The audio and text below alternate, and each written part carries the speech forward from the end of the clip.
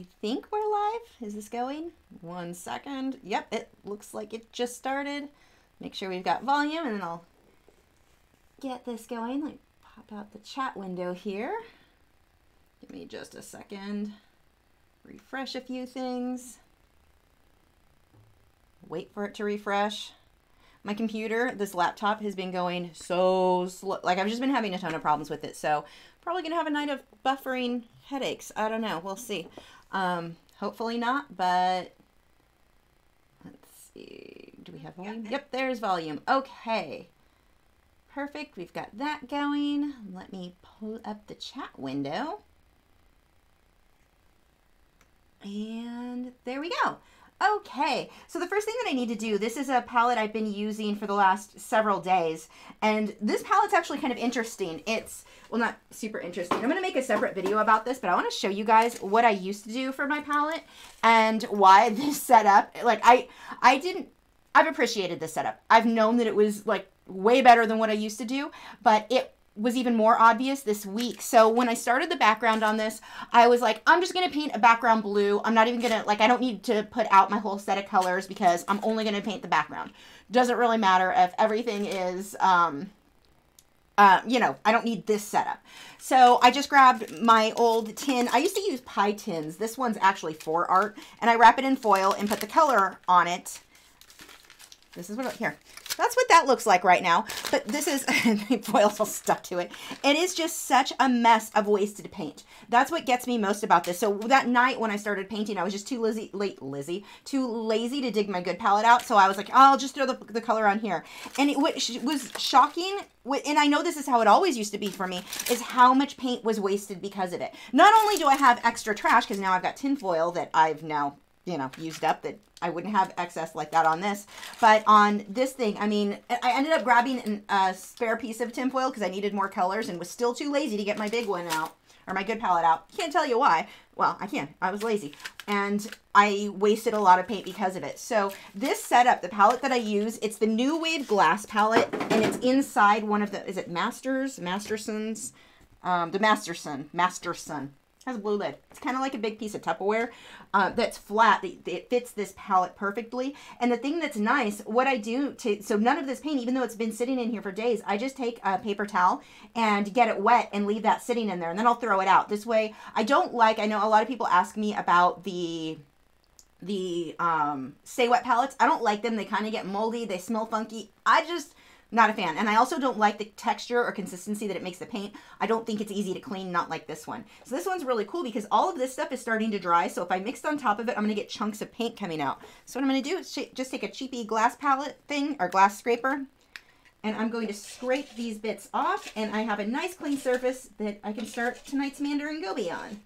So it's just like, seriously, I knew that this setup I liked better, but when I used my other one and realized how much paint I regularly went through, like, I don't have to buy new paint hardly ever. And now I remember why. It's the palette.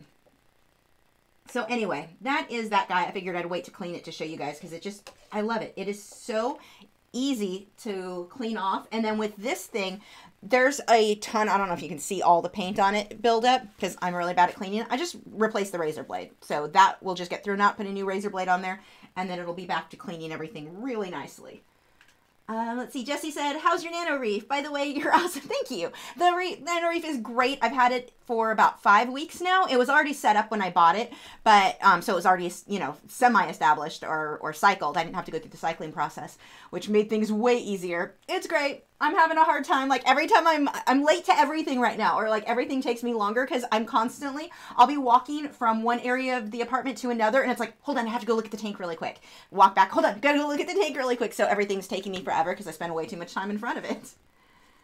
Gail said she had the same problem with the Stay Wet palettes. Yeah, just not a fan of those. I like the concept. They're just not practical. And another palette that I used to use, do I have one? No, wait, I do have some in easy reach. So these are the other ones. These ones are peel-off palettes. They're kind of cool, but the problem is they're really, like, you sit scraping little chunks unless the paint is on there super thick. So again, you have to waste, it's dusty, you have to waste a ton of paint and kind of spread it all over for it to peel off like this one did. But the amount of paint like, I'm really a fan of this. This setup is easier to clean. You know, I don't have to peel. I just scrape it with the glass. It's just all around a way better setup for me. Yeah, that palette should be in the link below. It's this. If it's not, it's called the Stay Wet. Or I'm sorry. I should tell you what it actually is and not the thing I said I hated. It's the Masterson's palette, and then I have a New Wave glass palette with the gray bottom inside of it. And I like the gray bottom because it makes it really easy to see how light or dark my colors are. So just my preference for sure. Make sure if you do have a question, use the @Lachri Fine Art. If your question didn't highlight my name in orange, I won't see it. It's not that I'm intentionally trying to ignore you. I just won't see it. Okay, so for this guy, he's going to be right here on top of the logo. This logo is for the Aquashella. It's a aquarium festival coming up in Dallas, March 30th and 31st. I'm going to be there, yay. The link is in the video description if you want to get tickets. I'm not like otherwise affiliated with them. Like it doesn't matter, I guess. If you don't buy tickets, it's not a sponsored video. That's what I'm trying to say.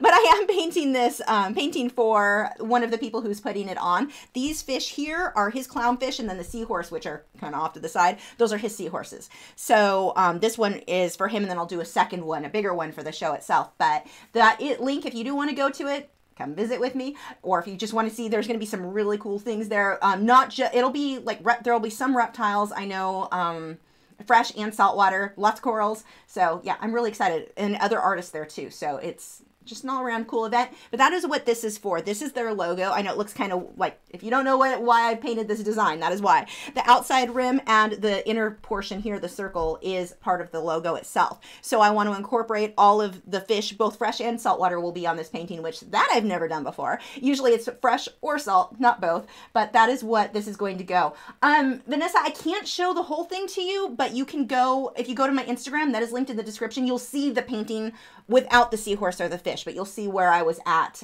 last, like a better photo of that.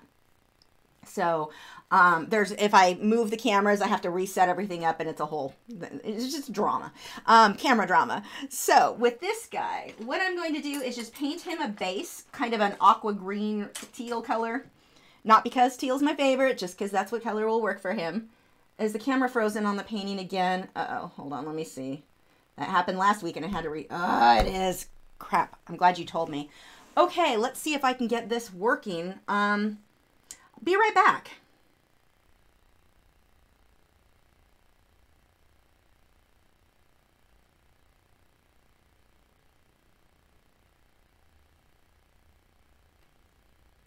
I might be back. I might be talking to myself. I'm not sure yet. Let me fix. Every time I do that, I have to change a bunch of stuff to make it back the way it was. I'm gonna guess close enough. Let's see if that video is playing.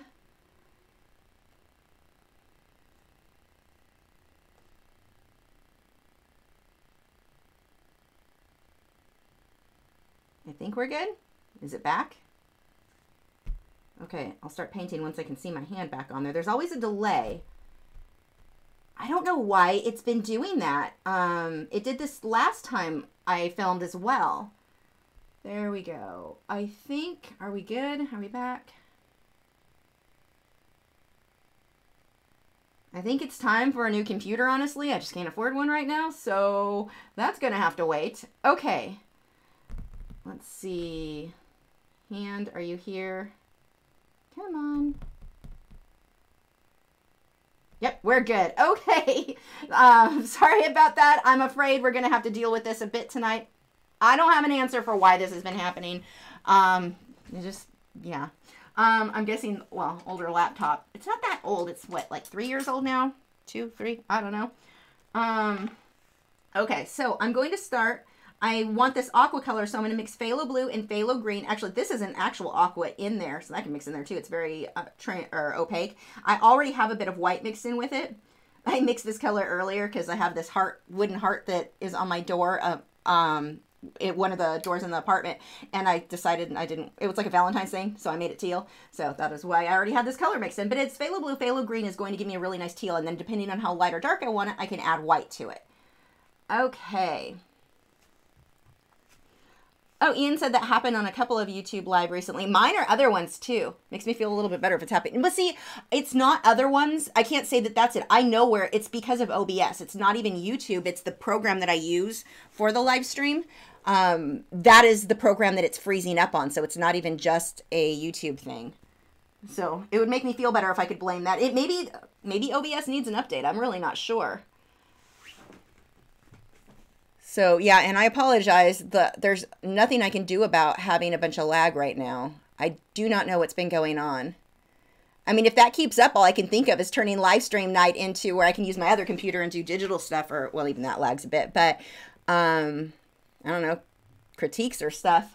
I don't see myself being able to get a new computer or a laptop anytime soon, unfortunately. But maybe, I don't know if there's something I can update. Trying to watch to see how very laggy it might be.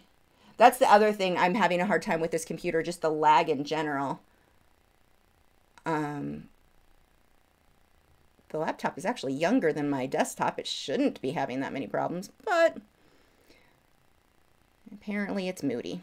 Okay, so what I'm doing on this guy, I'm just painting this solid base green. I just want to get a nice base color, and then I can put all the details on top, but I'm going to be using my my tracing and transfer paper since I already drew him out. I don't want to redraw everything again. So I'm going to save time by, actually I just paint over the eye. That doesn't need to be in there yet. I want to make sure my edges are nice and clean. And that fin's going to go kind of in the back. Okay, so that needs to dry.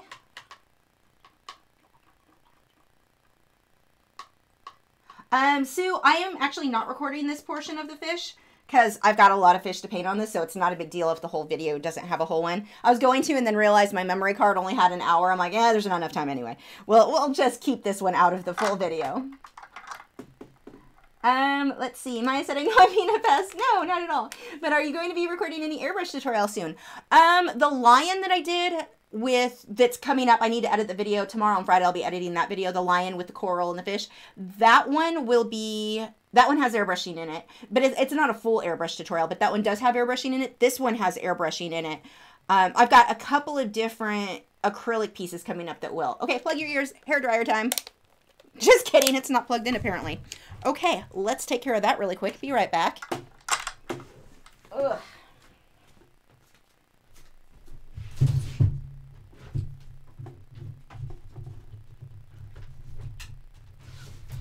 I don't know how that got unplugged. That's supposed to be plugged in all the time. Let's see. Minimum lag on my end. Oh, that's good, Nick. Let's see. Jesse says, is this painting for another YouTube by any chance, Curlfish 12G? It is. Because I remember he has a clownfish and seahorse. Yeah, this is, are they called? Shaun White and Scarlett Johansson. And then I forget his seahorse's name. It's like Poseidon and... I don't remember his seahorse's name. I just remember because the clownfish names made me laugh. Okay, hold on. Let me dry this.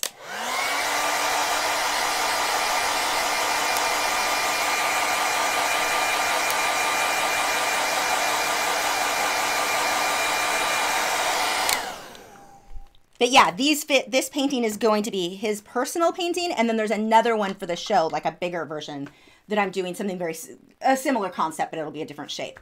So this canvas is a round. It's a 24-inch round beveled edge, the Fredericks Convexo. Oh my gosh, love these canvases. Actually, I have to place an order with Fredericks this week, so I'll probably get quite a few more of these in different sizes. This is probably one of my favorite canvases. It's because of the shape. Now, they have too much tooth for my taste when I do a lot of detail. If I left the canvas as is, they are gessoed, but they're a bit too much tooth for what I like. So all I do is take some Liquitex gesso, put 2 coats of gesso on it, or 1 coat, let it dry, put another coat, let it dry, and then sand it, and now I've got this nice smooth finish. Now my favorite texture as far as canvases go, and just for transparency, I'm sponsored by Fredericks, but they were already the only canvas I used, so yeah. But anyway, my favorite like canvas texture is probably their Belgian linen, and when I say probably, I mean absolutely the Belgian linen. The Fredericks Blue Label Ultra Smooth is also amazing. And then it's just the shape of the canvas I like so much that it's worth it to me to go ahead and put a couple coats of gesso and sand it to make it a smoother surface. It's still not, I wouldn't say I've got this as smooth as like the Belgian linen, but it's close. Let's see. Here we go. Okay, now I'm going to show you how I use tracing and, oh, I'm missing pieces. Tracing and transfer paper to get my image onto the paper, the canvas. Oh, where's my tape? Here's the tape. So I don't want to redraw things over and over again. And in this case, the way that we paint with acrylics, it's better to work in layers. So in order to save time, I draw it out once, and then I can use tracing and transfer paper as many, you know, for additional layers or if I lose detail. And especially in the case of something like this guy, he's got so many lines. I don't want to redraw that out. Yeah, I can, but why not save the time? Alexa said, could you do another acrylic painting tutorial for beginners? Yeah, I definitely will. So what I'm going to do is now, I don't like this tracing paper. It's a little too opaque. I don't remember which brand it is, but it's a name brand. And it makes it harder for me to see exactly that I have them positioned right. I think that's pretty close. Now I'm just going to tape it on the two upper sides. Let me make sure this catches up. It looks like it's, nope, we're still good. Making sure my screen doesn't freeze again. And what I'm going to do is take this transfer paper. I don't think I have this in the video description, but if you go to my website, under supplies, go to Lachri.com, under supplies, acrylic supplies, I've got what I use there. But this one is the Low Cornell, there, and you can see I use it over and over again. You can see all of these lines on here, but the Low Cornell is my favorite transfer paper, which is funny because I don't like their paint, but there are a few things they make that I really like, and this is one of them. I use the white and the black. Where's my stylus? And I'm going to use just this little, it's actually, this one is for art. It's a little stylus. You can also get nail tools, nail stylus. If you look, I think that's all you have to look up on Amazon. They have them for like $1. They're so cheap. They're cheaper than getting the art one. I think I got for the same price of one of these, I got the nail ones with different size ends, which I liked better. I just have lost them over the years. I need to place another order. But you can save some money getting the nail tool one. You could also use, if you've got like a ballpoint pen that has no ink in it anymore, that works well. But I don't like if there's ink because it would be too easy if you rip the paper or something like that to mess it up. Melody said, Howard Chicken and Nugget. They are adorable and noisy. They're actually quiet right now, which is kind of a Christmas miracle. But, no, they're both really good. They're both funny. We've been teaching Nugget, well, I'll put a tissue over him and pick it up and say peekaboo. So now when you put the tissue on him and lift it, he says peekaboo. It's so cute. I need to get a video of him doing that. So all I'm going to do is basically trace back over all of the lines that I previously had on there. Man, this is laggy, and I apologize. There's, unfortunately, nothing I can do to fix that at this point other than complain. I'm good at complaining. And these lines don't have to be exact. I just want close, so I'm not spending a bunch of time redrawing out what I've already done. And then I can lift that. Oops, I'm missing, what is going on the belly? I'm missing some stuff down here. Yeah, we'll go with good enough.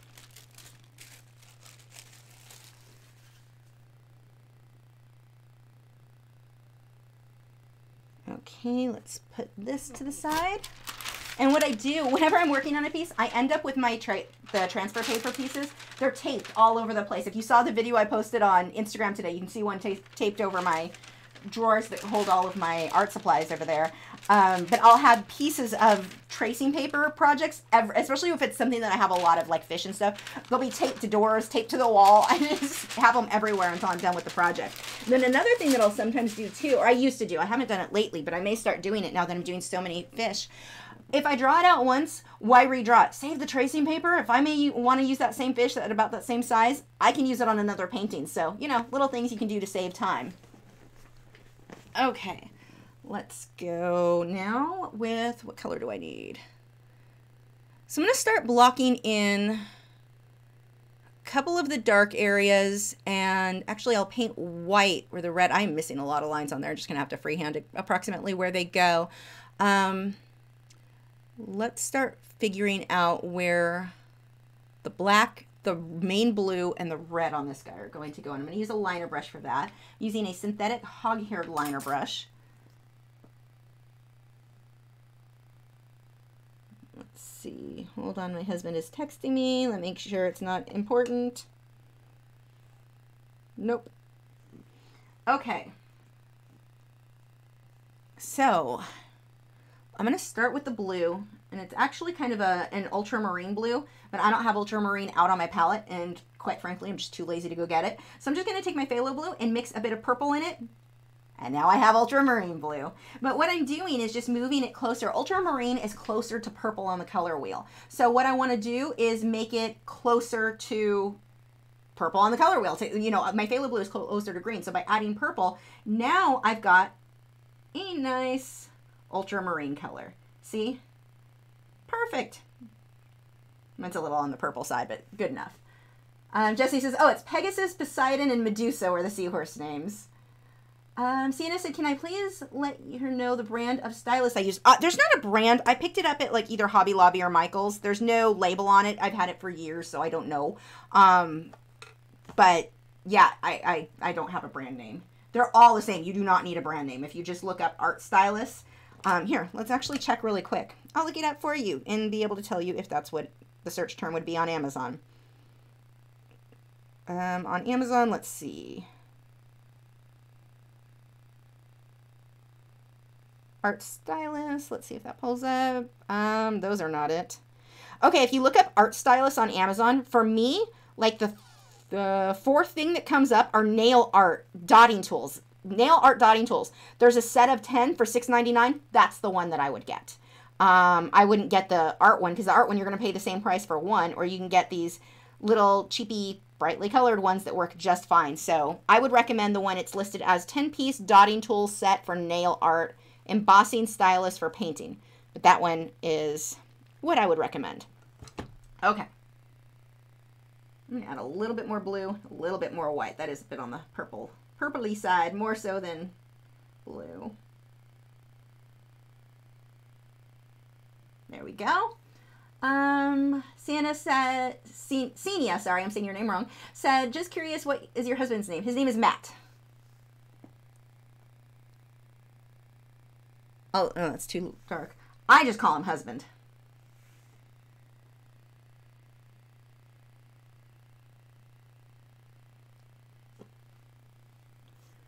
So that was way too dark, so I'm just going to make a lighter color. That works. Now this color is hardly going to show. Basically, my value is pretty much the same as the teal. So like if you squint, I can't see the color at all. It's so much the same, but I'm going to be putting darks next to it, so it's fine. Let's see. I'm going to go ahead and rinse that and put the dark colors next to it now so it can separate. With the dark, I can just take a little bit of blue. I am using water to thin that. And let's go right above it. That line, oops, too much water. Dab that on a paper towel.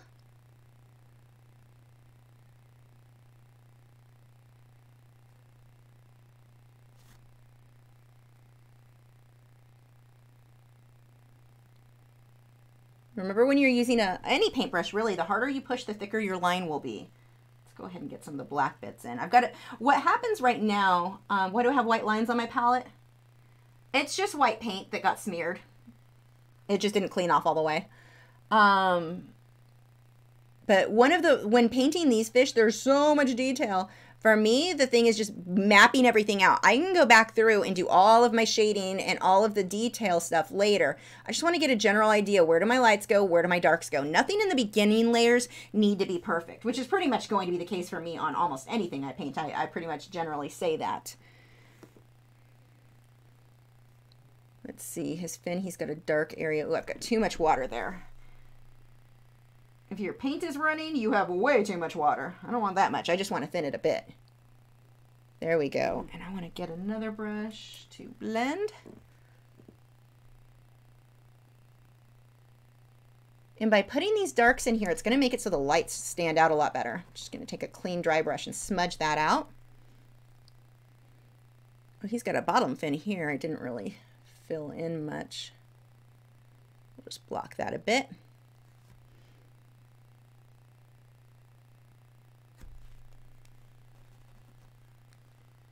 Donna said, hi Lisa, I'm struggling with painting dogs' noses and tongues and pet portraits. Any tips you have would be greatly appreciated. My first tip would be, when you sit down to paint for the night, don't sit down like I'm going to start working on the face. Sit down and go, I am only focused on the nose tonight. I am only focused on the tongue tonight. Only pick one of those two things because those are seriously detailed. And I think one of the main problems that people have when they work on something that has that much detail is that they're looking at it as it's a tongue or a nose. It's quick. Just do it real quick. No, take the time, slow down, and just focus only on those things, only on the tongue. I mean, if you look at the painting I did with the lion, when I did the inside of the mouth one night, and I paint fast, and even with me, one night was nothing but the mouth. And I don't even think I finished the mouth the first night. I might have taken 2 nights. Just the inside of the mouth, the teeth, the tongue, the roof of the mouth. That was all just, I'm only going to focus on that. What happens when you look at the animal as a whole, you just get lost. It's too much detail. It's too much stuff and hard to focus on the little teeny tiny things. So give yourself a night where all you're going to do is the nose or all you're going to do is the tongue. That is it. You've just got to break it down and spend more time on it. Thanks, Rebecca. Senia said, I once used transfer paper, gray, and tried transferring true art. Somehow, however hard I drew over it, it wouldn't transfer. Is it possible that... Okay, so what happens if you're having a hard time and the transfer paper isn't sticking? One of 2 things is usually the problem. First is the type of acrylic paint that you're using. If I use Liquitex heavy body paint, so it's not like, oh, Liquitex is bad and that's why it didn't work. You use heavy body paint, which is a high gloss, like it's really glossy. It doesn't stick to it. Nothing shows up. I mean, even here, I have the paint on so thick, so many layers, and it was starting to get, pretty much when it starts getting glossy, it's like it's too plasticky and the pencil didn't stick real well.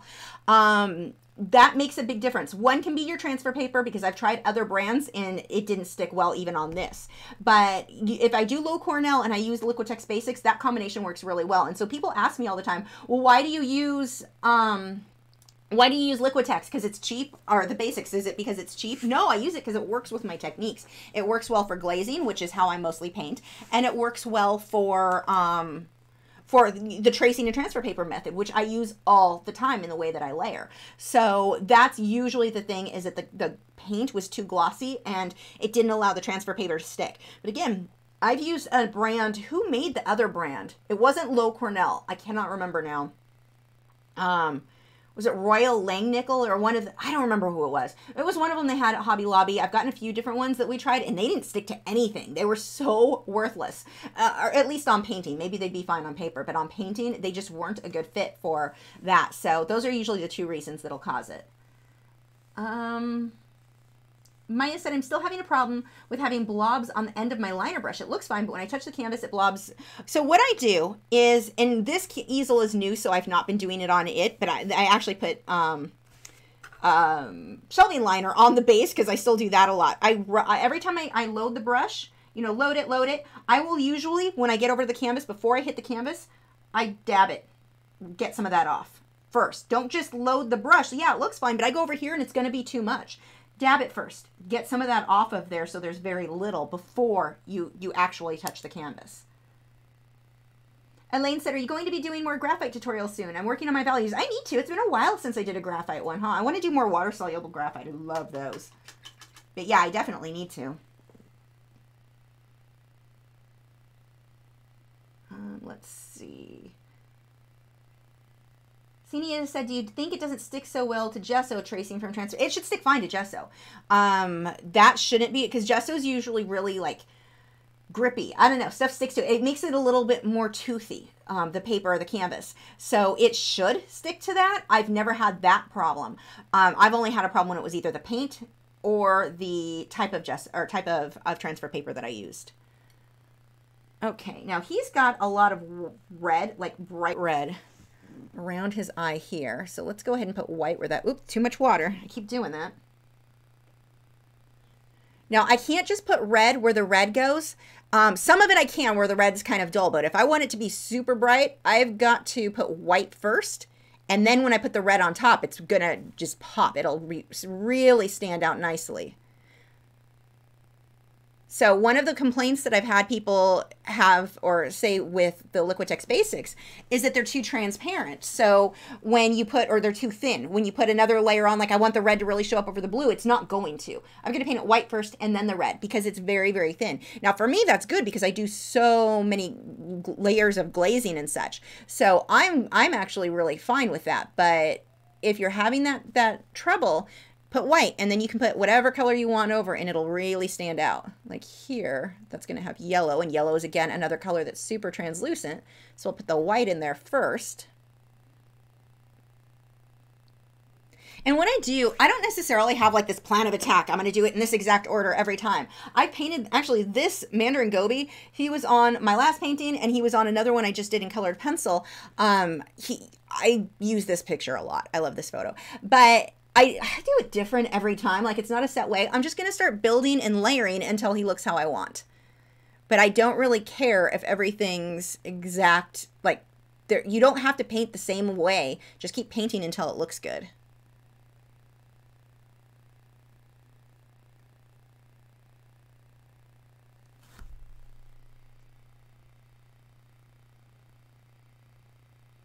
Rebecca said, I need a lesson on values.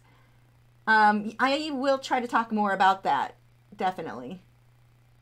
Tamara said, I love this painting. So glad to see your octopus reappear. I'm trying to scheme a road trip to Aquashella. Oh my gosh, that would be so fun. I would love if you came. And I would probably talk you into watching my booth for a while so I could go walk around too with my husband. I'm like, I have to get somebody to come to Aquashella who can watch my booth for an hour or so one of those days so me and my husband can wander around and look at stuff. Originally, we were just going to go because we wanted something fun that we could do together and go look at everything. And he was all happy that it was something we were going to do that I finally wouldn't be bringing my big camera set up for.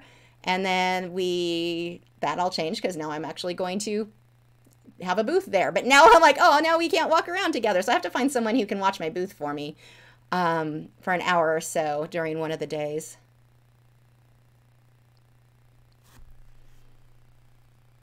But if you do, let me know for sure, because I'd love to meet you. Brittany said, hi, Lisa, I cannot get the hang of blurry backgrounds. I've watched so many videos and I'm using a small canvas. I either overblend or the paint dries. It's frustrating. Any tricks? Paint more. I'm curious, how long have you been painting, Brittany? How many times have you tried it? Because if it's not going well for you, you have to keep trying until it does. And it may take a while, and just out of the blue one of these days, it's just going to suddenly, you've got it. Something snaps and you're like, it makes sense now. I've got it. But don't give up on it. I've seen people who are like, I'm never going to get this, and I give up. No, it may take you a little longer, but you will do it. You have to paint more. There's no, easy trick I can tell you other than you need to spend more time painting. If something is not working how you want it to, you need to spend more time doing that thing. I don't even know what shape is going where right now. Okay, you're going to be the aqua one. You come that way. I lost my place. Okay, that's aqua. This is red. Wait, no? Maybe? I don't know. What is what here? I've got a whole mess of things going on. See, it's such a good thing that this does not have to have every line in the exact right place because, oh my gosh, mine are a hot mess right now. But yeah, with the blending, I mean, that's really the thing. You've got to balance. Is my paint too wet? Do I have too much water? Is the paint too thick? If you've got that paint on there super thick, that'll be a problem. If you've got that paint on there super thin, that'll be as big of a problem. So, you know, practice. That's really going to be the biggest thing. Let's see. Rosalind said, I started using transfer paper for transferring designs to cloth embroidery. It wasn't until I saw you use that I started using it for art. How convenient that you already had it there, though, huh? Joseph said, you pay for airfare and I'll do it, and I can answer questions, too. If I could afford it, I would.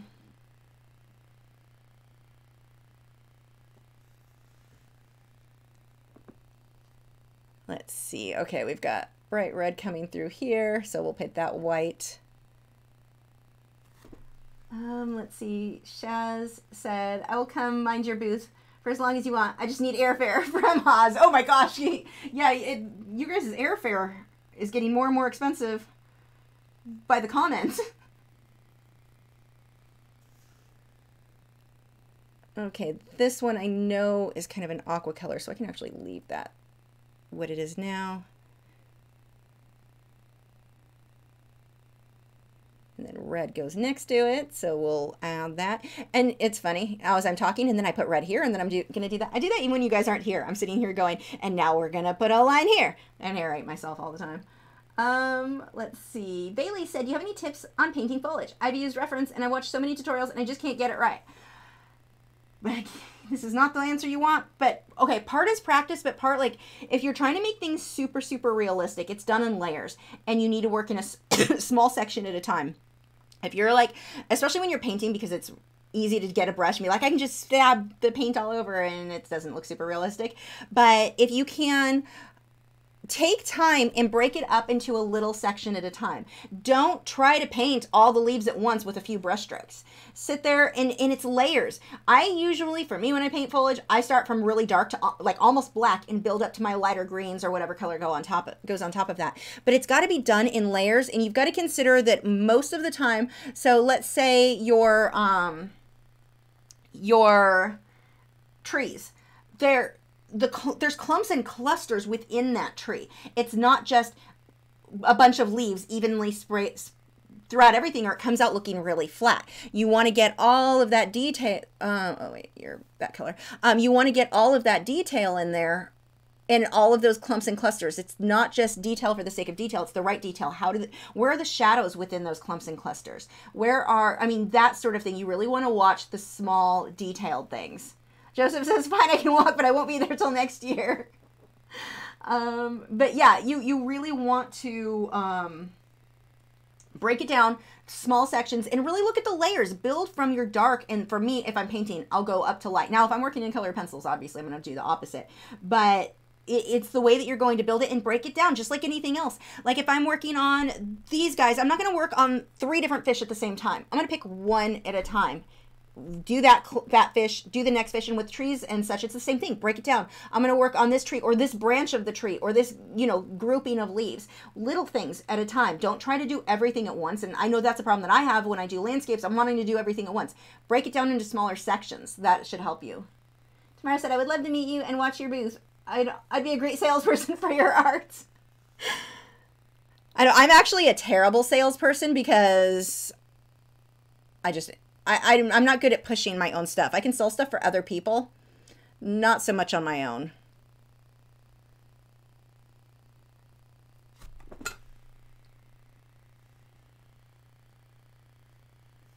Let's see.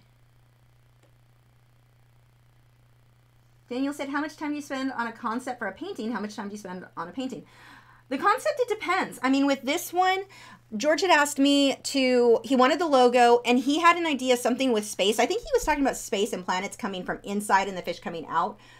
I never do what I'm asked to do. So I'm like, okay, space. I'm going to go with space. I know that's something that apparently he's interested in. We'll throw the space for the fresh water on the bottom so it fades, because that's something I do all the time anyway, fade from water down to space, and then have the coral and such. Like, this is a way I can combine all of these things. So, and then I've got the fresh water on the side that you can't see right now. But for this one, because it was kind of a specific thing, I knew he didn't want super big because it needs to be able to fit in his dorm room, and he didn't. This one I'm hoping isn't too big. If not, I say, you're a college student. You don't sleep. Get rid of your bed. You don't need a bed. You don't have time for sleeping. So those were, I had like a few requirements on this one, and it made it a little bit easier, I think, for me to come up with the rest of the design. So with that one, I probably spent, I'd say, an hour coming up with the design. Because again, he pretty much gave me the info of what he wanted. Not all of the elements, but it had to be fresh. It had to be salt. It had to include the logo. And he mentioned space. So I'm like, okay, I'm going to throw all those. And I wanted to put his fish in that one. So I threw all of those things together. And for me, I just got a quick sketchbook and I sketched it. And it took just a few, couple minutes of maybe less than 5 minutes sketching out approximately where I wanted to put the octopus, where I wanted to put all of the things. So that design didn't take a long time, but like the lion design that I did with the coral, oh my gosh, the concept came almost instantly. It was one of those things like, oh, this is a good idea. The amount of time I put into researching, though, I probably put weeks into just researching and getting just the right photos for everything that I was doing. So it really depends on what it is. And that one, the lion, was a bit extreme. And that one took me, a month and a half to finish. Of course, I got sick halfway through and had like 2 weeks where I didn't want to paint. But it took me that one, the painting took a long time. In comparison to this one, I started, I think, Saturday night. I think I started this. Saturday night? I think it was Saturday night. Yeah. And I had the majority of this, planned out. I spent maybe an hour last night drawing out the rest of the fish that are going to go, well, I drew it out on the tracing paper and then transferred them. And then, so there was a bit of more planning, I guess, as far as figuring out the position of stuff. But once the concept was there, it's just a matter of figuring out where I want all of the fish. So it was really, here we go. I scrolled too far. It wasn't that much, it wasn't that much time put into designing this one. It depends on the painting, because like I said, that lion, I spent an insane amount of time on all design elements of that lion. I wanted everything to be perfect. It was one of those ideas I was so excited about, so I spent way more time than I typically do. It just depends on the painting. Rosalind said, I love the detail you put in your paintings. I am practicing with my acrylic oils. I'm not so good. And I make mud. Yeah, you let it dry in between. If you're using oils, let it dry. That's how you know you're not letting it dry in between. You're like trying to keep painting layers while it's still wet. Let it dry. Come back the next day and you'll stop creating mud. Heather said, send me plenty of spoons and I will gladly watch and sell your artwork. Spoons? Well, I am resting in your booth. I'll give you spoons so you and hubby can have fun at the show. Spoons? Do you have a weird spoon obsession? What's going on with you and spoons? Let's see. Ursi said, your design is cute for your octopus painting. Thank you. Rosalind said, what is the largest painting you have done? Oh, I did it was like thousands of square feet of a background mural for the LA County Fair. I think it was either 99 or 2000. That was a lot of work. Oh God, what was I tired? A lot of work. 98, 99, 99 or 2000. I forget what year it was, but we did the background murals for that. It was a group of us though. Like me and one other person were leading it and basically telling people what we needed them to do for us. Wait, I lost my place. Hold on. You're here. I think you're this. And that goes out that way. Yeah, okay, that's good for now. But I've also done several murals in homes. Like there was one that was probably wider than my studio wall, and it went the roof. It was the vaulted ceiling, so it was floor to ceiling. It was a marine above and underwater scene. That one was big. I don't know what the actual measurements were. Many, many feet by many, many, many more feet. There was a ladder involved. It wasn't fun. Crystal said, I'm currently painting purple, pink sunset, cloudy sky, and acrylic. I have the background layer down. How long should I let the paint dry before painting in the clouds? It shouldn't take more than a couple of minutes before it's dry, but it needs to be completely dry, because if your base color starts to dry and you put color on top of it, it will lift that first color. But with acrylics, it should be within a few minutes. It should, well, okay, I use a hairdryer to dry it faster, but it really should not take long. If it's oils, it depends on the mixing medium you're using, because oils, like with me, I have to let it dry overnight. But because I use liquid, so it's a fast drying oil. Other oils, you may have to let it dry for a week. So it depends. But you said if it's acrylic, it should be fast. Oops, scrolled too far. There you go. Heather said, spoons represent the energy level one either has or doesn't have when they have chronic health issues. I've never heard that before. Weird. That is interesting. Learned something new. I prefer just to pretend I don't have chronic health problems, so I don't do a lot of research with that. I'm living in denial. Okay. Let's see, where else do I need the red? On the fin here. We've got a few areas that it's a little bit smudgy.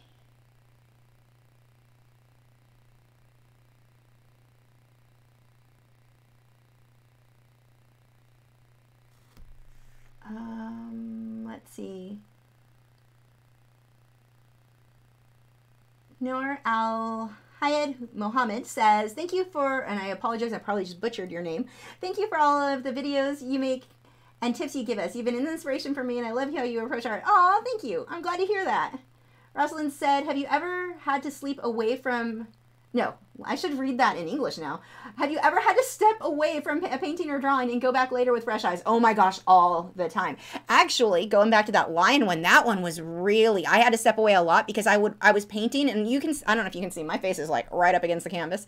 I was painting so much with him, or for so long, in so much tiny detail with all the coral, that my eyes were blurry for a couple of days. Like, there were a couple of days I had to stop, that my eyes, I'm like, I just can't see what I'm doing now. I was too close. I wasn't relaxing them enough. Yeah, I definitely had caused a need for a break there. Hi, Faith. Do I put a top coat on my paintings when I'm done? Yeah, I'll put a varnish. It's a varnish by, what is the one that I use? Is it Liquitex? I think it's Liquitex. I don't know. I have a video on it. It's up there. I don't remember things. But yeah, I'll do a spray first to really seal it, because I have a tendency when I use the Liquitex gloss varnish. Yeah, it is Liquitex. When I don't think about it, I can remember. But I have a tendency to smudge some of the layers. And so I'll do a really light spray varnish, let that dry, and then I'll put my Liquitex on top of it to give it a nice high gloss.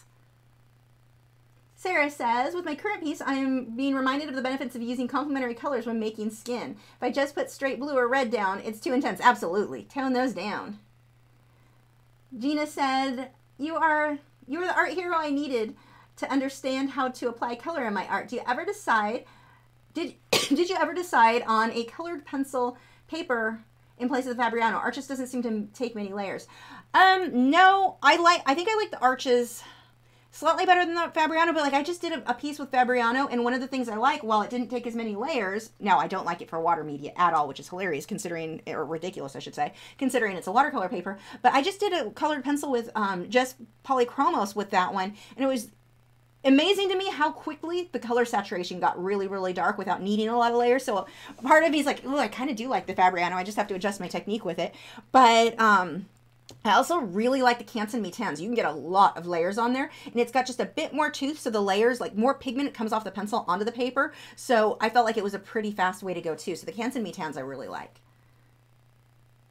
Shaz says, spoons was a thing that others often gave another to help them through their day on a Fibro page. I used to be a member, but the group closed down. That makes sense. Google spoon theory, it helps explain a lot. Huh. Yeah, I can't do the Fibro groups because I found most of the time it was people who were complaining about their pain, which I get, trust me, you know, I've got it. I understand how the pain is. But too many people didn't want, like, they don't want to change anything. They don't want to do anything that will make themselves feel better. So it's not even like I could say, hey, if you change your diet, cut the carbs, sugar, you know, try this adjustment in your diet. And too many people are like, no, I don't want to do that. I'm just going to lay in bed, bedridden, and complain about my pain. And it's like, but there's something you could do to, why won't you help yourself? Like, you could feel so much better and not be stuck in bed. But there's like hair in my mouth. It's driving me crazy. But yeah, I never spent any time on those pages because it was really frustrating to watch how many people, like, I'm not saying you don't have a reason to feel sorry for yourself. Fibromyalgia freaking sucks. Well, any chronic disease sucks. What got me, though, were how many were unwilling to try anything that might make them feel better. Maybe it won't work for them. I can't say, you know, everybody's going to be different, but it was like, it was weird to me and frustrating to see how many people were unwilling to even try a change in diet. Oh no, I can't do that. My favorite, I can't give up bread. I'm Italian. I'm this, and they would use that as a reason. I can't give up bread because my family is this, from this location on the planet. And I was like, wait, what? What? How is that even a thing? You might, I'm not saying you would feel better. I'm just saying you might try it. I mean, I don't know. Maybe I was just for me, I was in so much pain. It had gotten so bad. And then you start getting depressed because you're in bed all the time. You can't get up, you can't move. And it's like, I am willing to try anything to feel better. So maybe they just haven't hit that point yet. But yeah, I never spent time in those groups because I couldn't I just couldn't deal with the level of I'm just gonna, I've accepted this as my lot and I'm gonna complain about it instead of doing, you know, trying something. So that was why I never spent any time on them.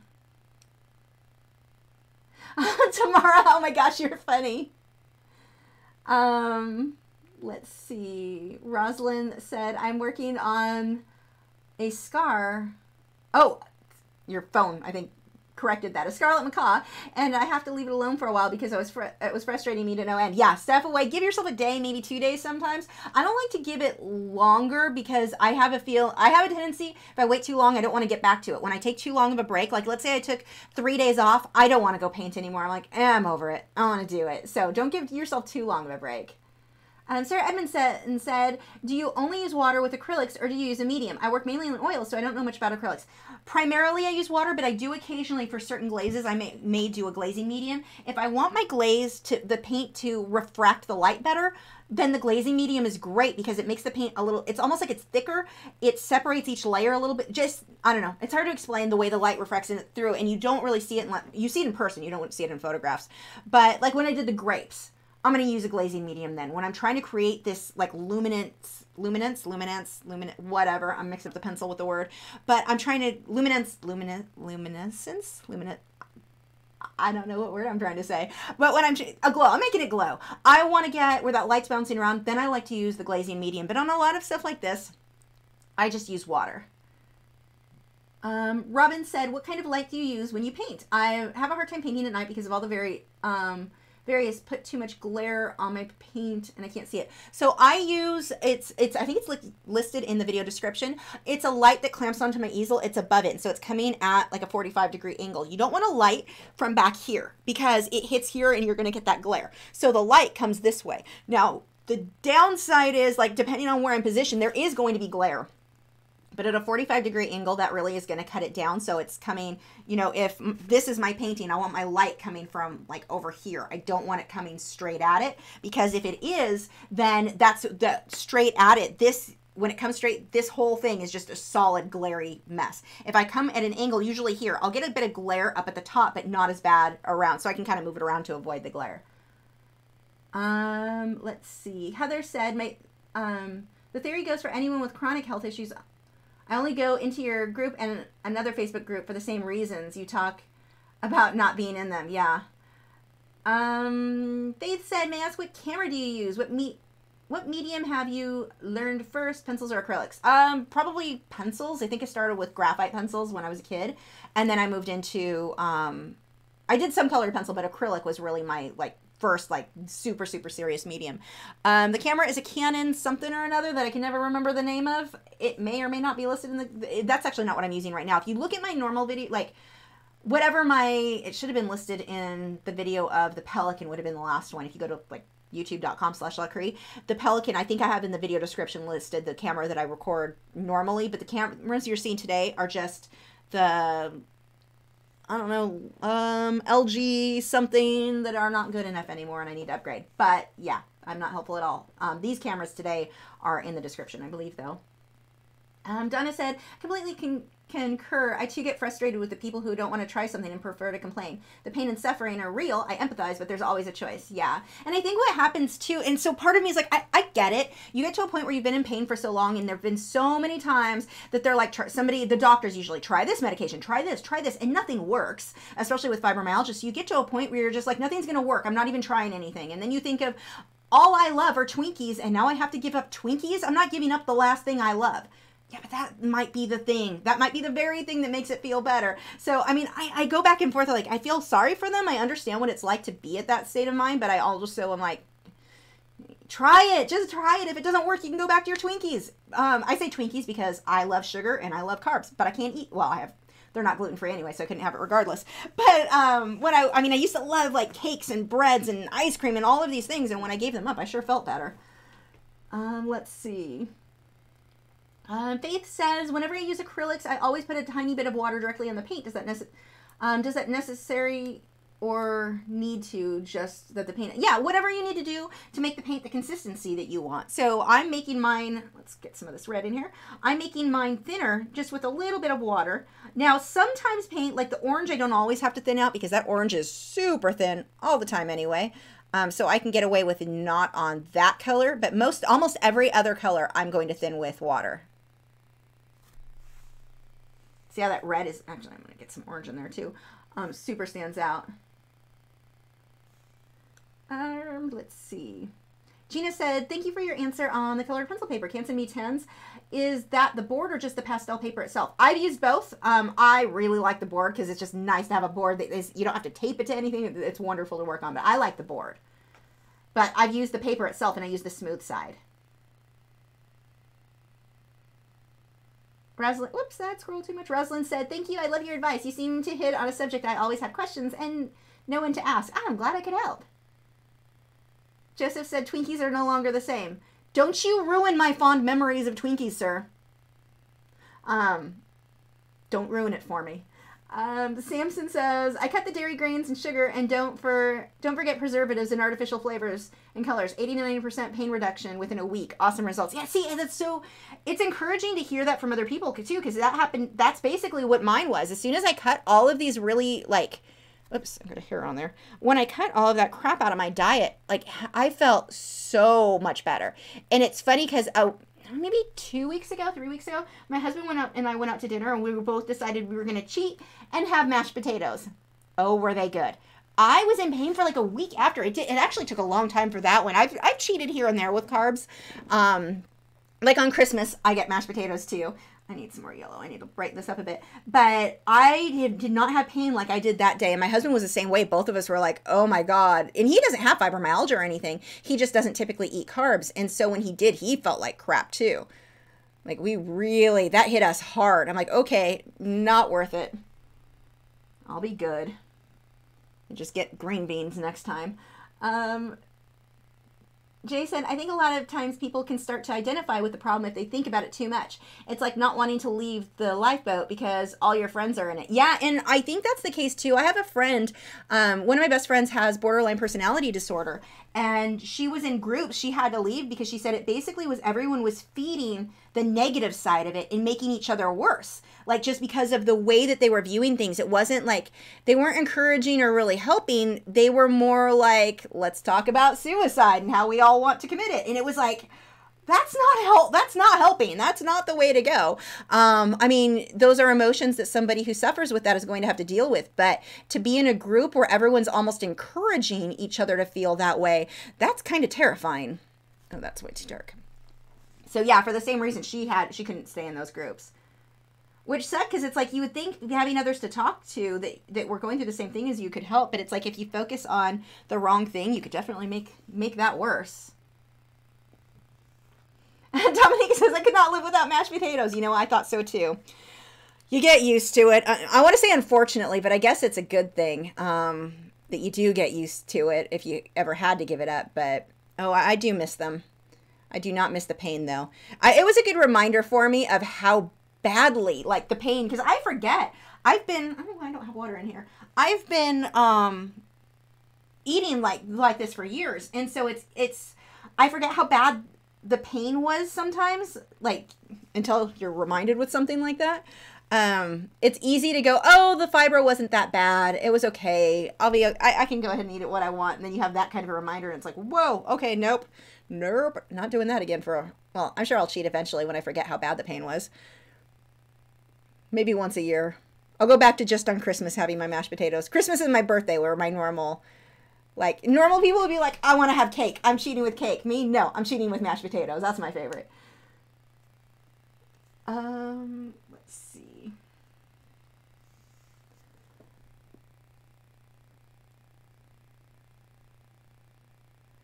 We lived with my in-laws for a while, and my mother-in-law makes the best fried potatoes ever. They're so good. And that was one thing, like, while living with them, I never completely cut the carbs because I kept eating every time she'd make it, and she knew I was going to eat them. I could not control myself. I just can't have it around. Oops. A little lighter. Gail said, just what do you eat? Salads. I eat a lot of salads. And I'll make, like, if I want, like, let's say I want spaghetti. I'm not a huge pasta fan. I like bread. But I make it with zucchini noodles. And I actually like that better. But then again, I didn't like spaghetti that much to start with. I love it with the zucchini noodles, though. So I replace, like, where you might have rice, I can replace it with cauliflower like type rice, and it's very similar. It's been so long since I had the real thing. To me, it seems similar. Trying to think, what do I eat? I eat Fish. I eat a lot of fish, salmon. What do I eat? What did I eat today? I had chicken and a banana and coffee. Coffee. I eat coffee. A lot of coffee. But yeah, I mean, mostly vegetables and meat, I would say, are the main things that I eat, and some fruit. I'm not very active, so I actually don't eat a lot, because I don't burn the calories. Like, I don't move, so I don't actually need a ton of food to stay where I'm at, or to, like, for my activity level or whatever. But yeah, I would say salads. Like, I make my salads probably the majority of what I eat. Spinach and tomatoes. Although tomatoes are inflammatory, so be careful of that. If you start having pain, you may want to cut back on the tomatoes. Oh, sweet potatoes. That's my other thing. I love, because those actually don't cause the rise and fall of, or the spike of blood sugar like a regular potato does. So they don't have the same carb, whatever. Those I really like. And that took a while to get used to, because I actually hated them. I didn't grow up eating sweet potatoes. We grew up eating normal, regular potatoes. So that's when I first started eating sweet potatoes. It was like, ew, it's gross. It's not how I want, like, it's not the kind I want, but I did get used to that. So that's a big one. And I like that because sweet potatoes are anti-inflammatory too. So that really helps with, like, the inflammation in my knees or my back or whatever. So yeah. There's probably a lot more that I eat. I'm just not thinking of it off the top of my head. Gail says, you can't have much processed food, can you? No. Zach said, your colored pencil videos are great. Any plans for any new works with colored pencils? Yeah, definitely. Trying to think what comes next. Patreon just got a new one with a bait, like, for beginners. It was a copper-banded butterfly fish. I'm obsessed with fish lately. They got one, but I'm trying to think what else I have coming up. I'm not sure what I have coming up, actually. Let's see. What do I have here? This guy right now, and until he gets to, like, the very end, he looks like a mess of scribbles. Nothing on him makes sense until, like, and he won't be finished tonight, until I get to, like, the last maybe 20 minutes of working on him. He'll probably take me 2 hours. Last 20 minutes is when he'll suddenly look like a fish. He's just going to look like a blob a messy blob until then. Let's see. Joseph said, you eat coffee? You must really like it dark. No, I put so much cream in it that it's just heavy whipping cream or whatever it's called. So much of that, it's basically food. It's like cheese, it's so thick. That's gross. Art Adventure said, does Aquashella have a convention style artist alley, or are you a special guest star? Yeah, I mean, I am not sure how the setup is going to be.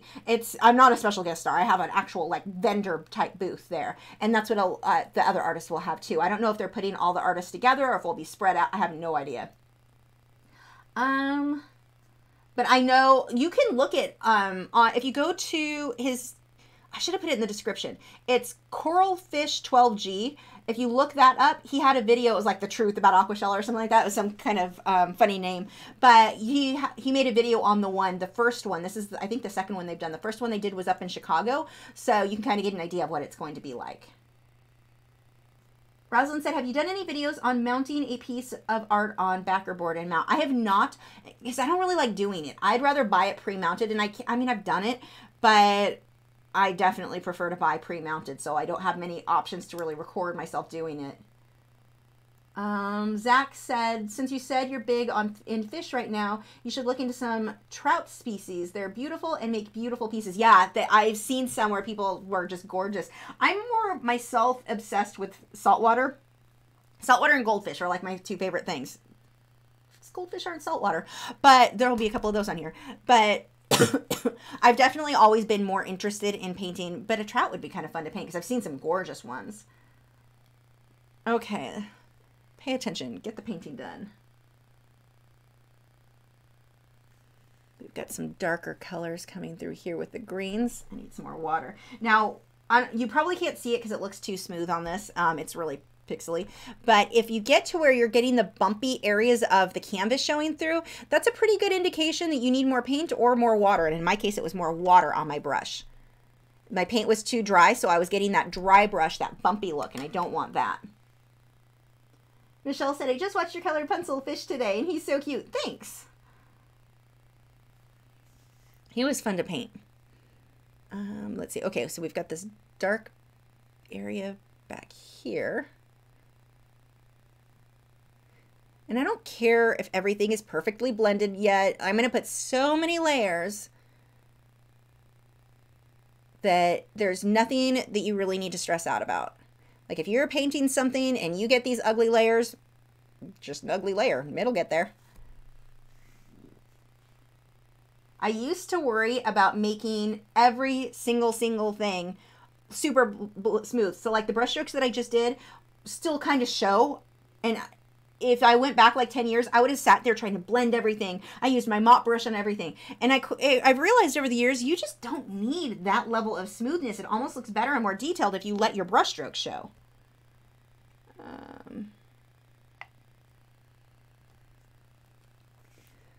So let's pull some of these darker areas in now. Oops, a little bit more water.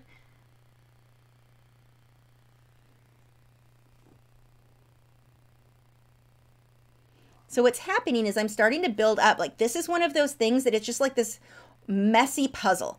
It's hard to keep track of what goes where, what am I painting, what detail am I working on right now. There's just so much going on. So I'm just going to keep building and working on one little area, kind of blocking things out until it looks how I want it to. Don't look at something and go, oh, it has paint everywhere. I mean, he's all paint. There's paint on all of them and done. That's not an indication. Paint being on the canvas does not mean it's done. You're going to want to keep layering until it starts to look the way you actually wanted it to in the end.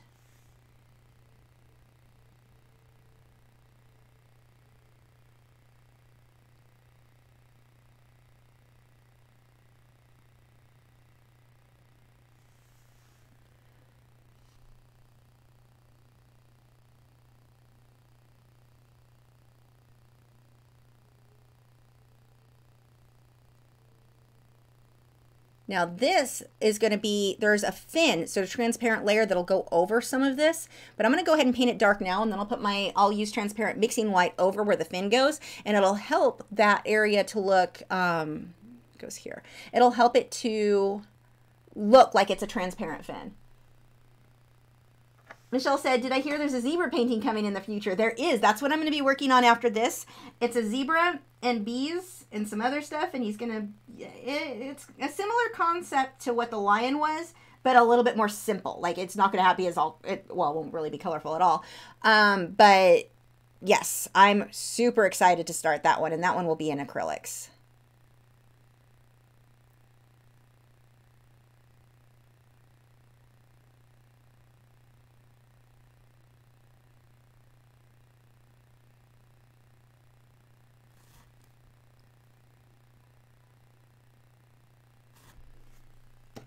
Guy has a little shadow on the back of the eye. We'll smudge that. I'll have to do a couple layers to get that dark enough.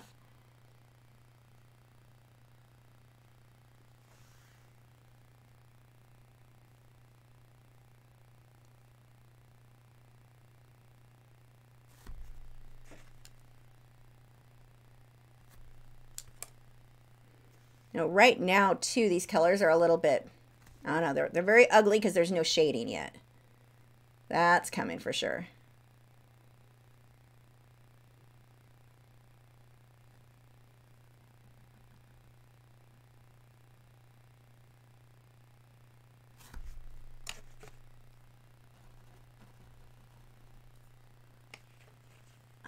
Ursi says, a flourishing zebra coolness. I'm really excited about the zebra painting. And it definitely should not take as long as the lion did.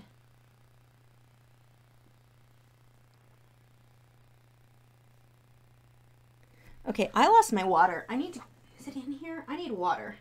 Well, I will be right back. Give me 1 second. It is floating around somewhere.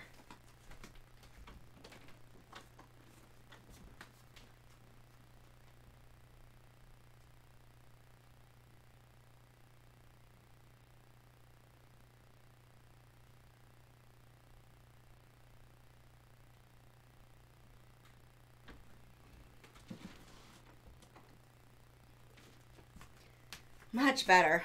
I was going to try to wait till the end of the live stream and not get up and go look for it, but you know how you get thirsty and then all you can think about is being thirsty? And then you're painting a water scene and then you're even more thirsty? It's one of those situations.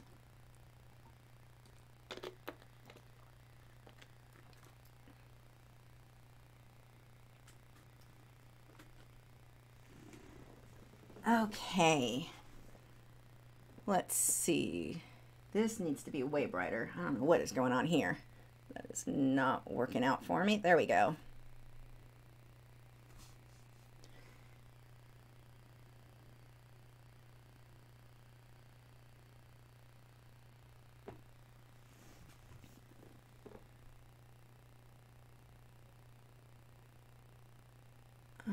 What was this? Okay, the yellow goes under.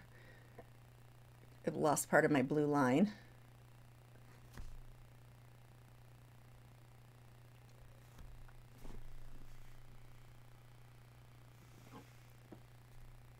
Are zebras your favorite, Michelle?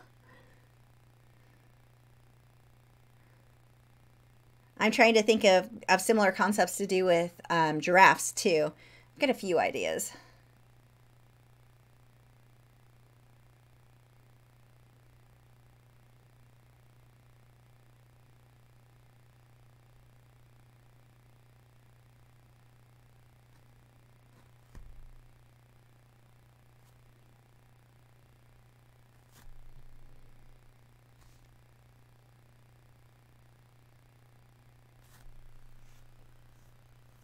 Roslyn said, I took your advice and I'm working on a website for my art. It's harder than I thought. I have to take a good picture of all my art. Yeah, it's definitely time consuming. That's for sure.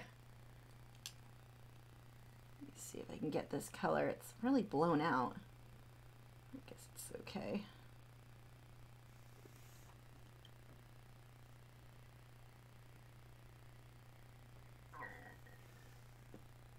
Let's see, we need to get some brighter colors. So I'm going to take this color maybe won't say exactly what it is, but I need to brighten up part of the red so it's not just flat lines of red.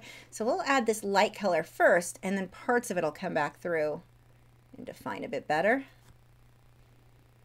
We are slowly, slowly getting somewhere. Did I mention slow?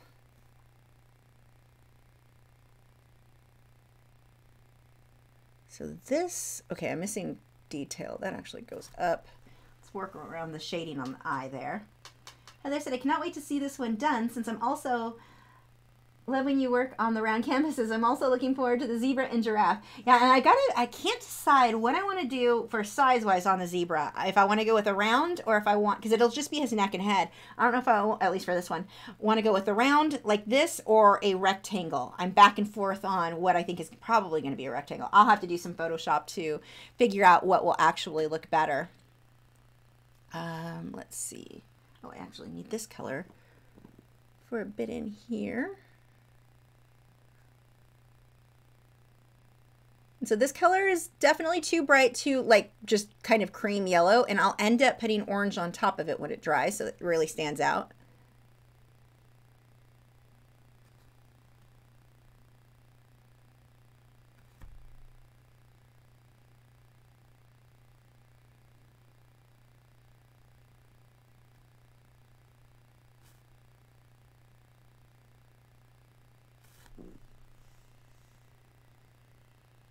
Thanks, Creative Girl of Color with Daniel B. That is a long name. That's like saying Fabriano Artistico Extra White Hot Press 140-pound watercolor paper. But I'll remember the name. I guess like Danielle. Yes, Danielle. Did I say Daniel B? Danielle B. I like your tigers. Thanks. Tigers are definitely one of my favorites to paint. I love, because the contrast between the dark lines and then the lighter ones and that fade of transition between the orange into that kind of magenta. Love, love. Definitely one of my favorites to paint. Let's see. Joseph said, maybe if I finish working out my concept, I can get my next piece done at the same time as yours. The concept is a giraffe-a-gon. Does that sound right? What's the gon part? Giraffe and... like a, I'm thinking dinosaur of some sort. Let's see. Danielle said, are you doing water bubbles for this one? I will. Not today, but yeah, they're definitely going to be water bubbles. Especially, yes, probably all over the place, actually. Definitely. I love painting water bubbles. It makes everything look so kind of sparkly and shiny. What color do I have on that? Oh, purple. Actually, that would be better with some green. Mix some purple, mix the green, get a nice muddy dark color. A little bit more green.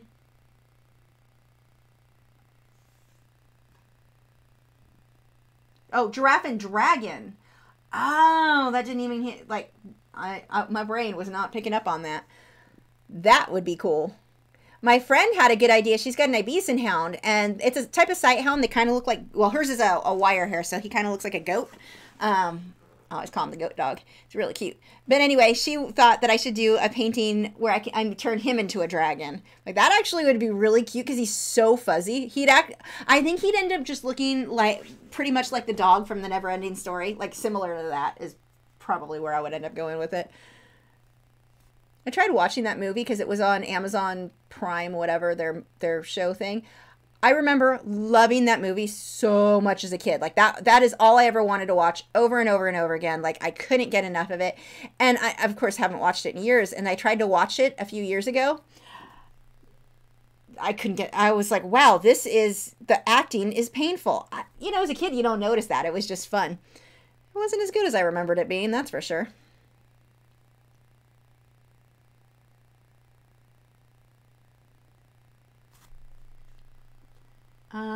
Yeah, Joseph Fuzz, exactly. I think he would make for a really cute, fluffy dragon. Fuzzy dragon. A dragon with giraffe spots, that would be pretty cool. Danielle said, "LOL, my name stands out and I need that for YouTube." Yep, that works. It is a good plan.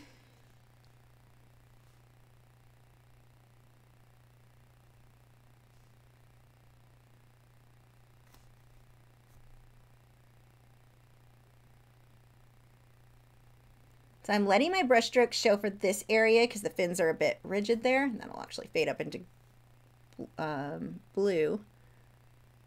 This part of the fin, I'm not going to focus too much on because it's kind of on the other side of the translucent portion of the logo there.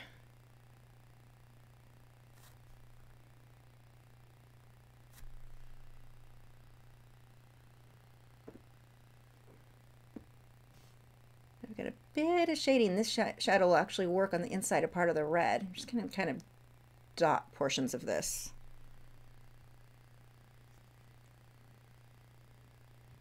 Has been texting me again. Let's see.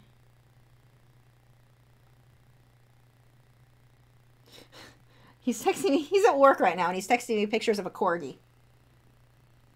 My husband really wants a corgi. I told him not till he retires and he can sweep up the hair every day. They're the cutest dogs, and oh my gosh, do they shed.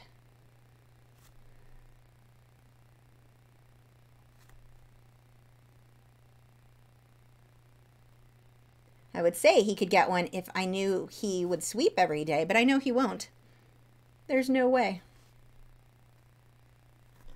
So I'll stick to my almost, not hairless, but short-haired dogs. Thanks, Cassidy.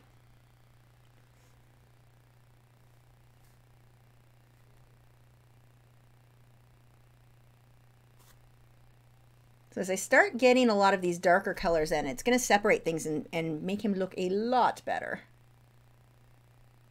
But it's going to take a bit. Well, we've got a lot of dark areas around that fin. Oops, big chunk of paint on that brush. That won't work. Okay, let's start lining some of these blue lines.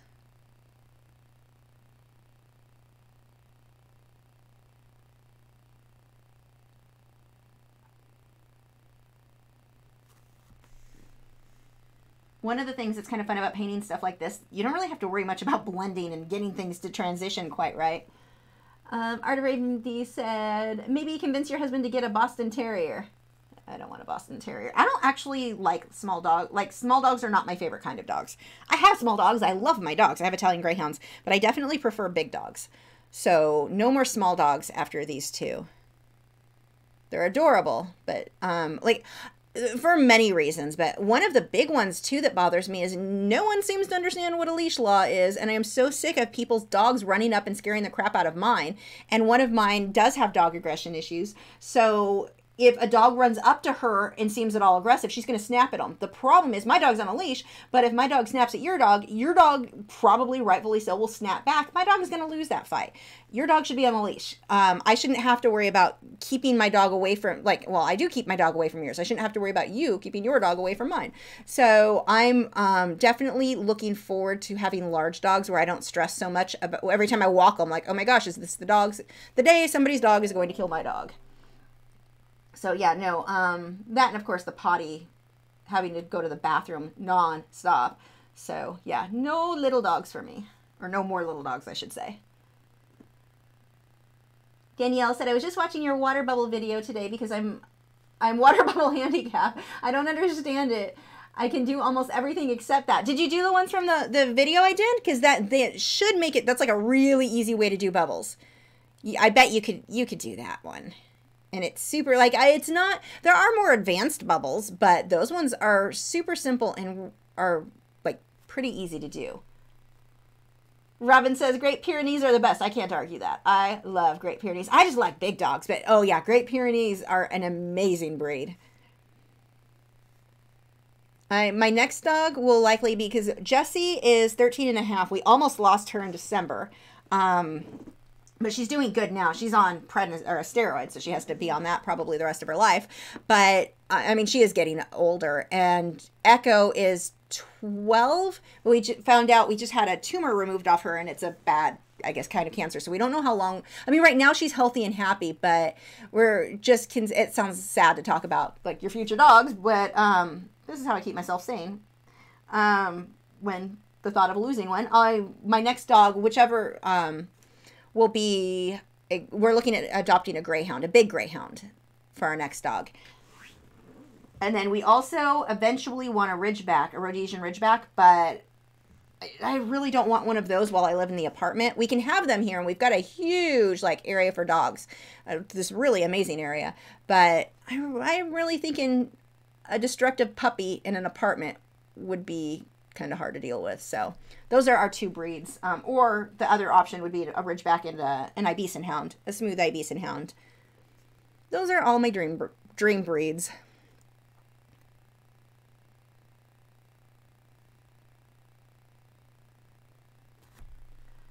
Donna said, I did Chihuahua rescue and have 3 dog aggressive shies and have that just scrolled, the exact same problem with off-leash dogs. It's so frustrating. Like, it terrifies me to think of seeing my dogs be attacked by another dog. And it's so common. Like, we have the walking trail near us, and I don't even like to take the dogs unless my husband can go with me. I don't usually take them out there because there's just too much risk. Too many people I can see from my kitchen window when I'm there. I watch people all the time walk through. Their dogs are like, half a mile ahead of them. Well, not on a leash, and their dog may be friendly, but if they come across my dog who acts aggressively, their dog may not be so friendly anymore. I mean, I keep them on a short leash. They're trained and they're right by me, but that is just a terrifying thing. And I used to work at an animal hospital, and we used to see people come in all the time with their dogs who had been attacked by a larger dog. Their dog was on a leash, the other dog was not. God, there's so many stories I could tell you. And and I know that's probably part of why I'm as paranoid as I am. When you see it happen so many times, or, you see the outcome of it, it's like, oh my gosh, why people can't keep their dogs on a leash, I do not know. But yeah, I don't want to worry about that aspect anymore. No, one good thing I like about the big or little dogs is that they live longer usually. So that's definitely a big bonus on their side of things. The larger breeds don't tend to you don't get to live with them for as long. Sarah said, do I like golden retrievers? Golden retrievers are awesome dogs. They're not a dog for me. I'm a sighthound person, I guess. Sighthound person? Sighthounds are my favorite dogs. But no, Goldens are amazing dogs. There's a reason they're one of the most popular dogs. They are a good fit for most people. I mean, if they can handle big dogs. Minnie Seastar says, I love big dogs too. Huskies are my favorite. Oh, I love huskies too. We have a few of them that live in our apartment complex. I love those guys. Such cool dogs. We actually, one of the people who used to live across from me, so they're on the 3rd floor, they would leave their balcony open, and their dogs were good. The dogs never barked. The problem is they were letting the dogs go to the bathroom on the balcony. Like, it's not that big of a balcony, and it's a balcony. Like, and those are big dogs, big dog waste. Like, what? And they would leave it there. It would be weeks between cleaning up. I used to call it the poopocalypse. So I finally had to talk to the apartments, and they kept complaining to people, and they didn't realize that people would just go back to doing it again. They'd clean it up, and then they'd go back. You'd have several more weeks. And so I'd look out my window to this beautiful field of poo on someone's balcony. It was lovely. I was pretty glad when they moved. The huskies were pretty, though. I liked the dogs. Wasn't a fan of the owners who didn't know how to clean up after them. It was really gross. And a lot of flies. Like, flies would start to build up. It wasn't good. It was just not good. It amazes me how many people get animals and don't know how to take care of them. That just drives me insane. Danielle said, yes, I did find it was easy, but I think I overanalyzed it and was ready to throw my whole canvas away. Oh, no. Yeah, if you're overanalyzing, that can certainly do it. Like, go into it. One of the things that can sometimes help when you're having a hard time with something, and especially if it's something that's typically a more simple concept or a simple thing to get the hang of, try to, like, go into it with the attitude of, I'm going to go make something ugly. This is going to be ugly. It is okay. If you can get the stress factor under control, sometimes that's alone is enough to fix it. I used to teach at one of those places, and I don't know how old you are, so I'm not going to recommend you go out and drink, but there was a place that I worked at, it's just a good example, where people would drink wine. They would bring wine in with them while they painted. And the people who had a glass of wine painted so much better and had so much more fun than those who didn't have wine. Like the designated drivers, we would usually be more worked up and more stressed out about anything going wrong, anything getting messed up. Everything had to be perfect. And so their paintings were not as good as those who had a glass of wine, just enough to relax. Like, I'm not saying go get drunk, but just enough to relax. Only for you adults. I'm not telling you kids to go do this, but I did notice a difference for a lot of the artists. And of course you had those who drank way too much. That's not good either. They definitely were not creating, pretty paintings if they got drunk. But I mean, the ones who just enough to loosen up really, really did a lot better. So I always thought that was kind of interesting. Like, you can tell so much of how what we're working on, the results are largely dependent on how stressed we're making ourselves about it. If we can just get over worrying about things, things come out way better.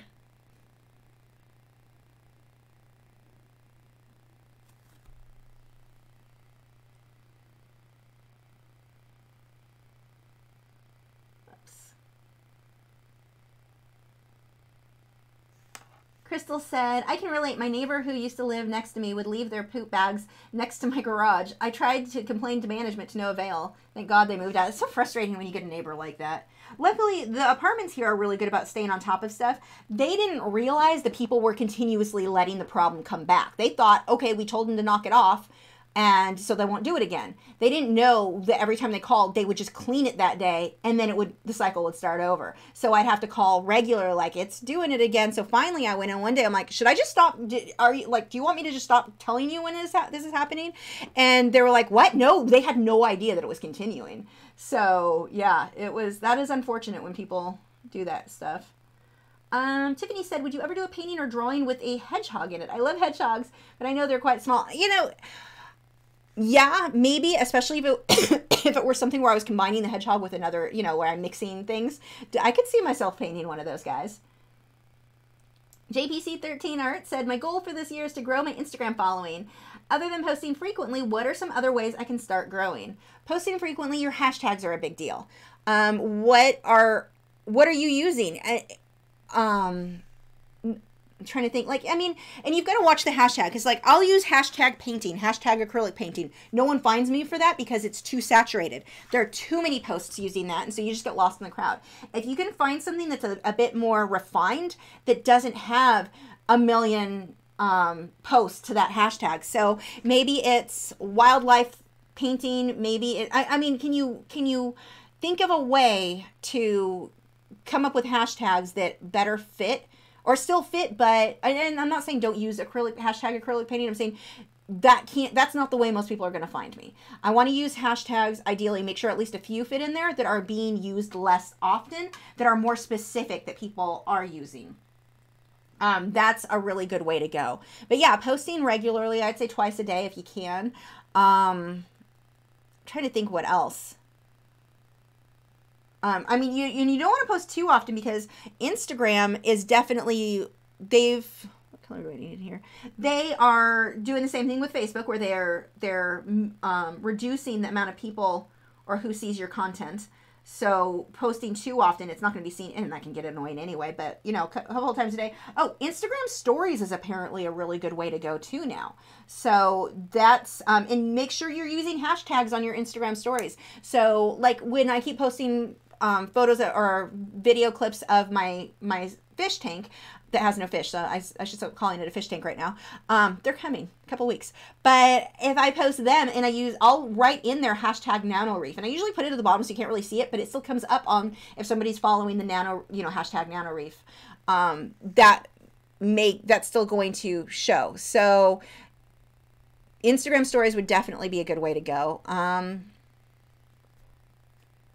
And try to keep your content. Now, I follow you, so I know your content is generally art related. So you're good there. Just as a general tip for people, you don't want, now I use my Instagram too for personal stuff, but you have to watch that it's not too much personal stuff. Like I used to follow people on Instagram, but they kept posting their lunch. I don't care why is this filling my feed? I don't care about your lunch. So, you watch what you're posting, that it's somewhat relative, I guess, to the people who are following you, because sometimes I've followed people and they'll keep posting. I keep seeing posts from this person that maybe I wasn't super familiar with their name or their art, but I liked their paintings, so I followed them. But then they went through a phase where they posted nothing but like, here's my new car, over and over and over again, but no art in between. So I forgot that I liked their art, and I was just like, why am I following somebody about cars? That's not something I'm interested in. So, keep that in mind. I know for you, you don't do that, but that's something, just as a general, watch what you're posting, that it's something, it's good, I think, on Instagram to show your personal life too, let people get to know you, but watch what it is. Is what you're posting something anyone would remotely want to see, or is it your lunch? Nobody wants to see your lunch, by the way. Unless you're like a food blogger. Let's see. I scrolled way too far. There we go. Oops. Oh, I'm still way too far.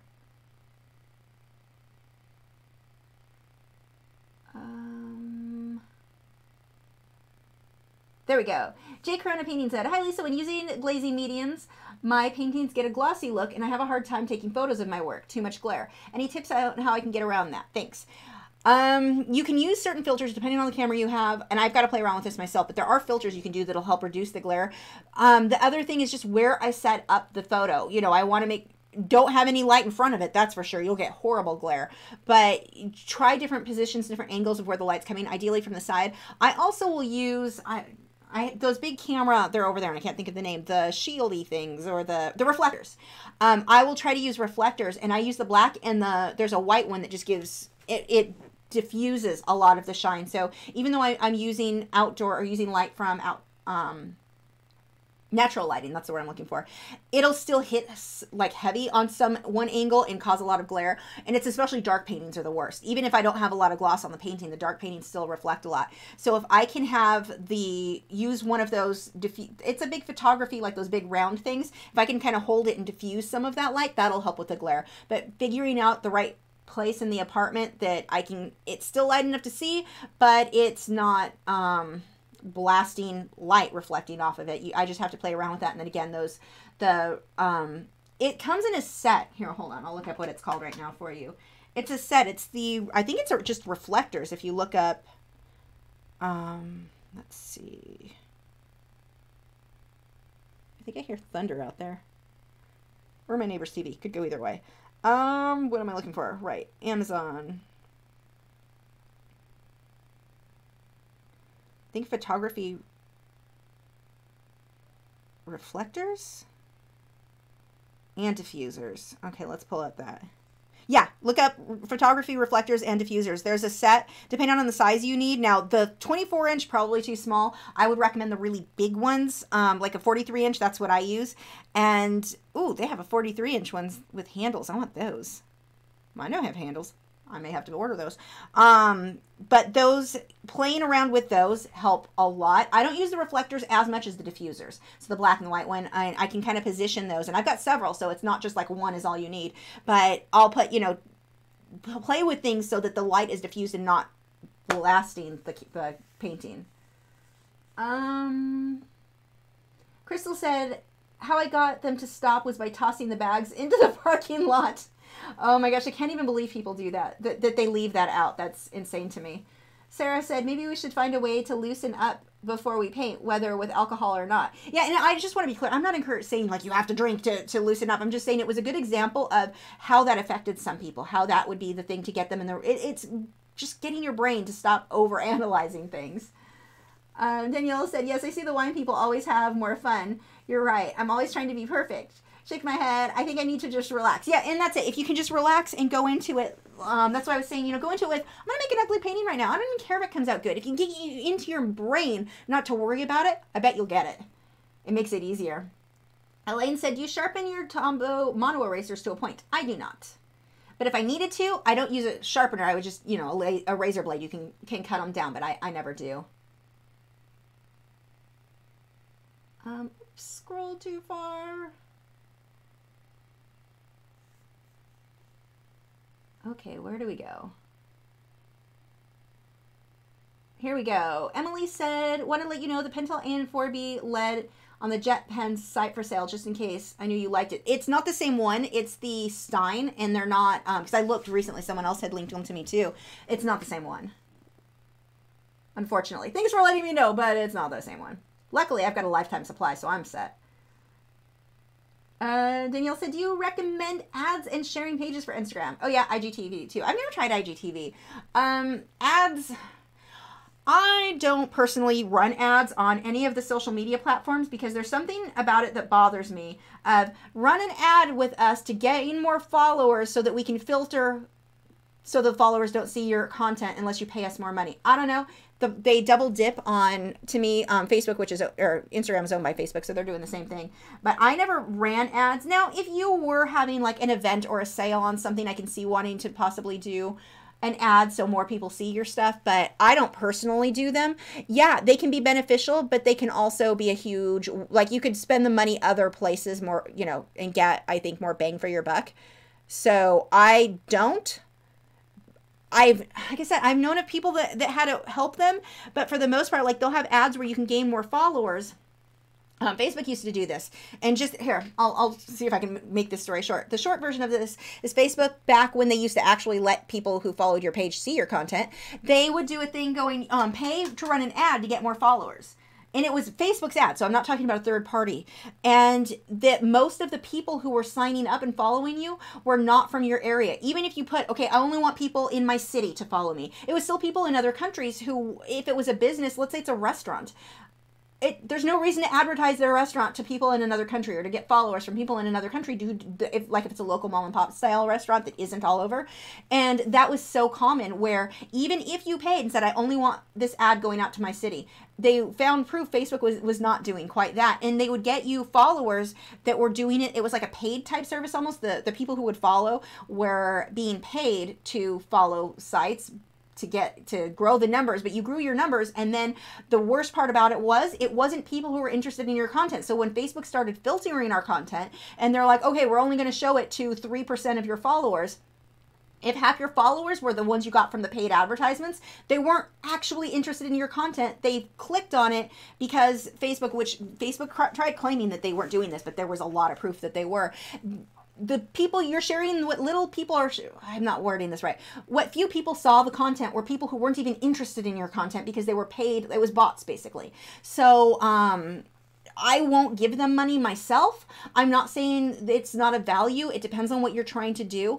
But most people I knew of, most artists, I should say, I know of who did this didn't end up Like, it wasn't worth it to them. Now, on the flip side, let's say an artist has Photoshop brushes. There's a sale right now on my Photoshop brushes.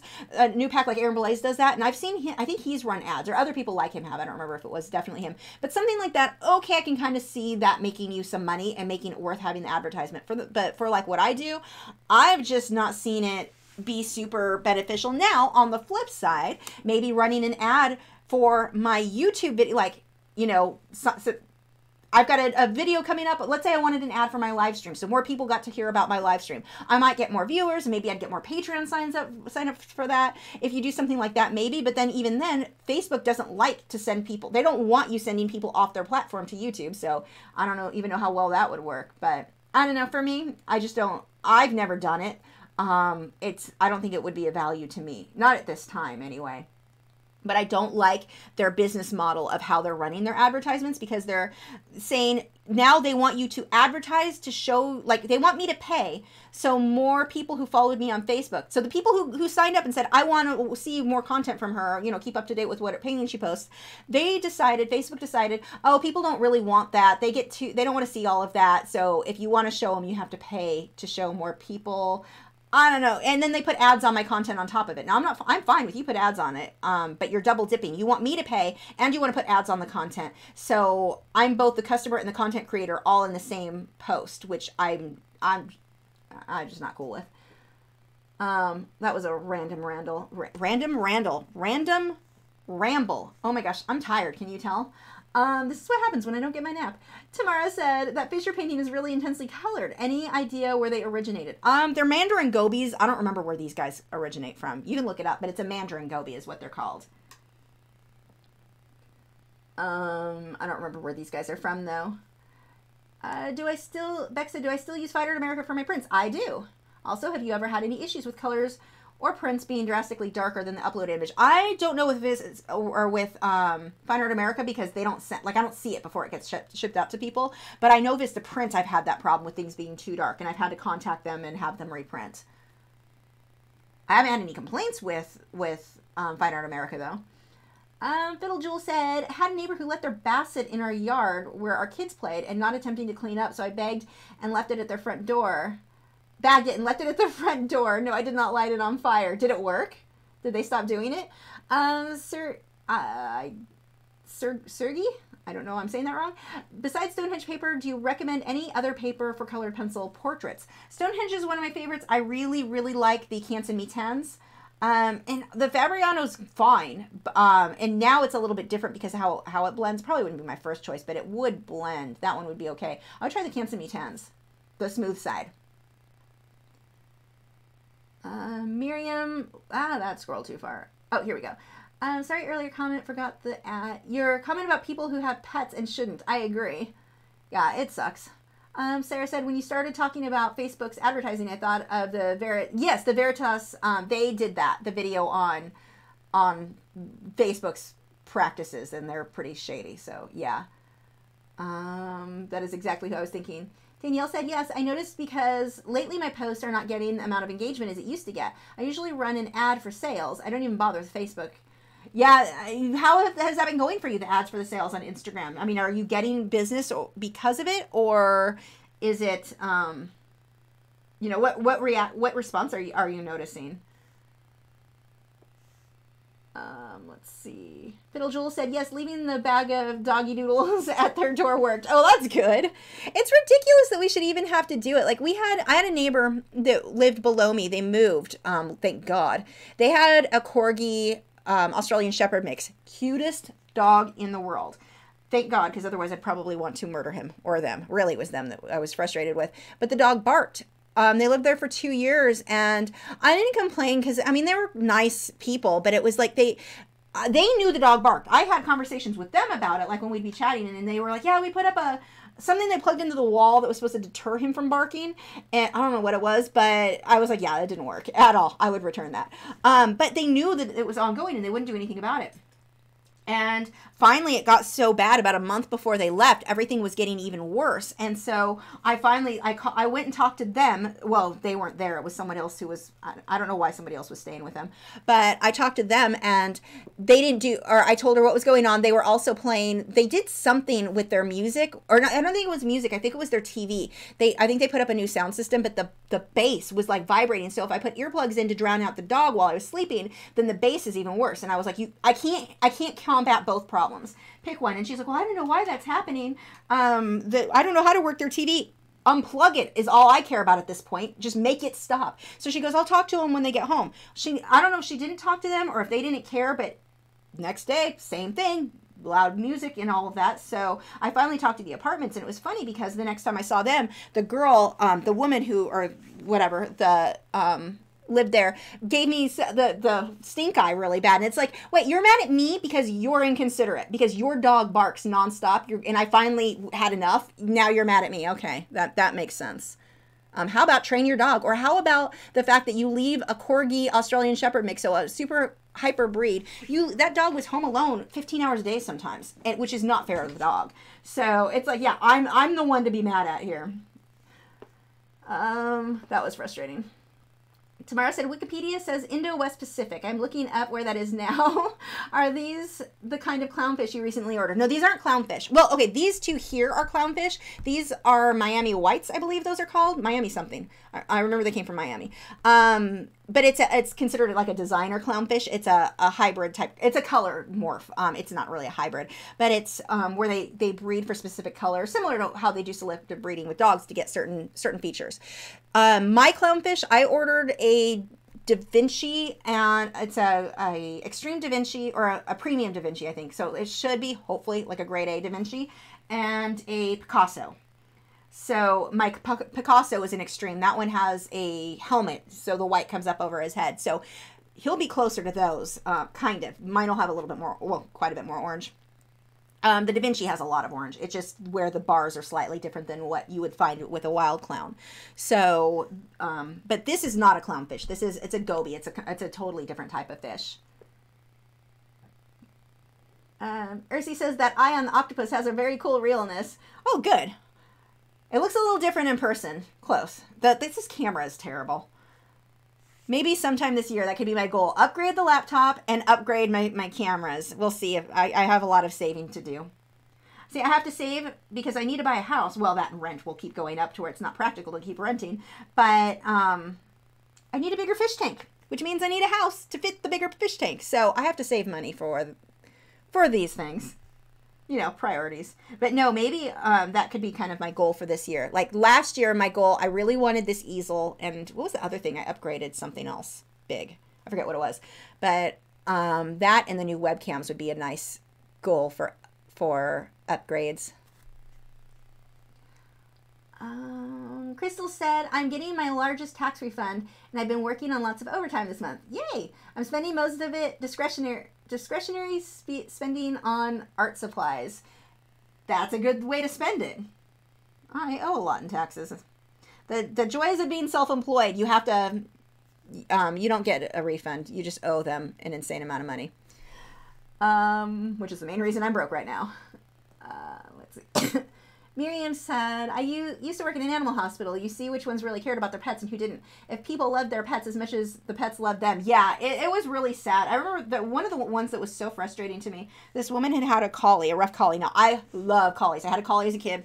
Super partial to them. If it weren't for my arthritis, I can't take care of the coat. It was, even back then when I was a kid, I was about, I'd say 16, 17, and I started having the arthritis in my wrist, and brushing the dog, which you have to do a lot of brushing on a rough-coated collie, got really bad. So anyway, point is, I love collies. Coolest dogs. So they, this woman had a rough-coated male, and she brings him in. She had him neutered, and we had, you go through the typical, if they're licking the suture area, you have to put a cone on the head. She didn't. She left him, not only did she not put the cone on the head, she left him in a small, like a crate, like barely big enough for the dog, all day while she was at work.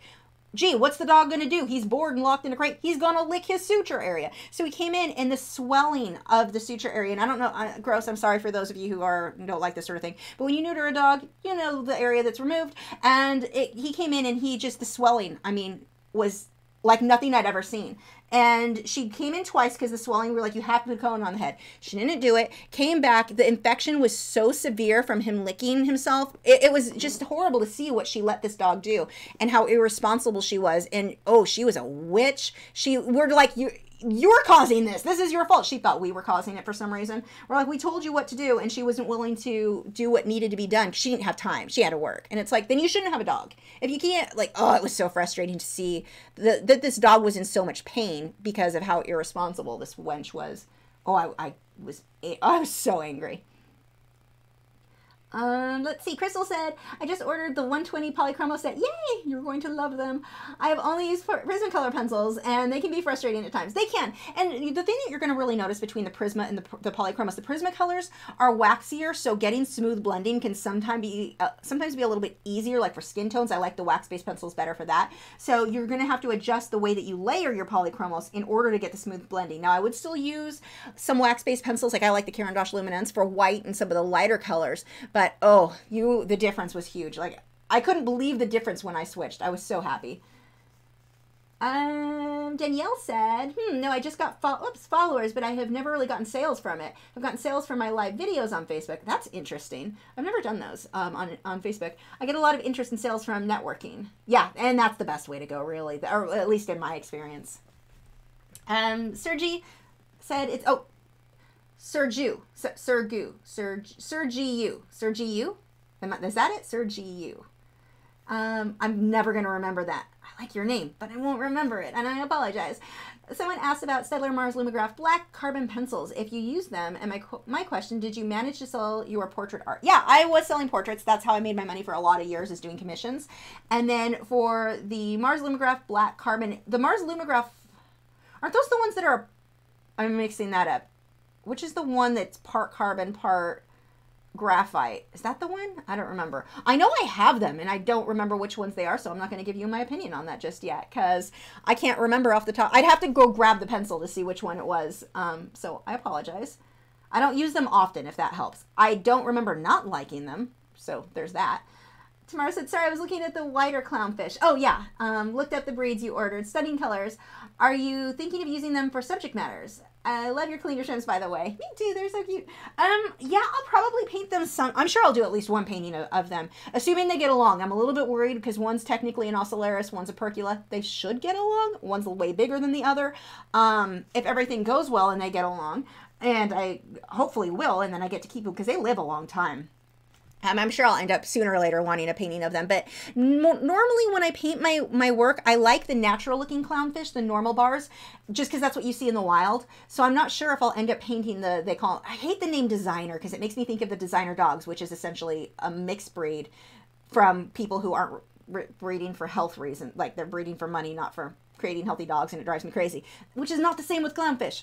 It's breeding for colors, but they're still a clownfish. Anyway, random rant there. I just hate the term. But the designer ones, I'm not sure if I'll use them a lot, just because it's not a color that you would see, like you would not see these color morphs in the wild. So I don't know if I will or not. I know at least one painting for myself, just because, you know, once I get them, assuming everything goes well and they don't try killing each other and I have to exchange one, I'm sure I'm going to end up super attached to them, and I'll want one for me, but I don't know. We'll see. Danielle said, oh Lord, that's terrible. They should have taken the dog from her. And I wish they could have, the lady with the collie. Unfortunately, just the way the laws are, I mean, you can't do a whole lot. I mean, she brought it into the vet to be treated, and unfortunately, there's just not really much else we were able to do.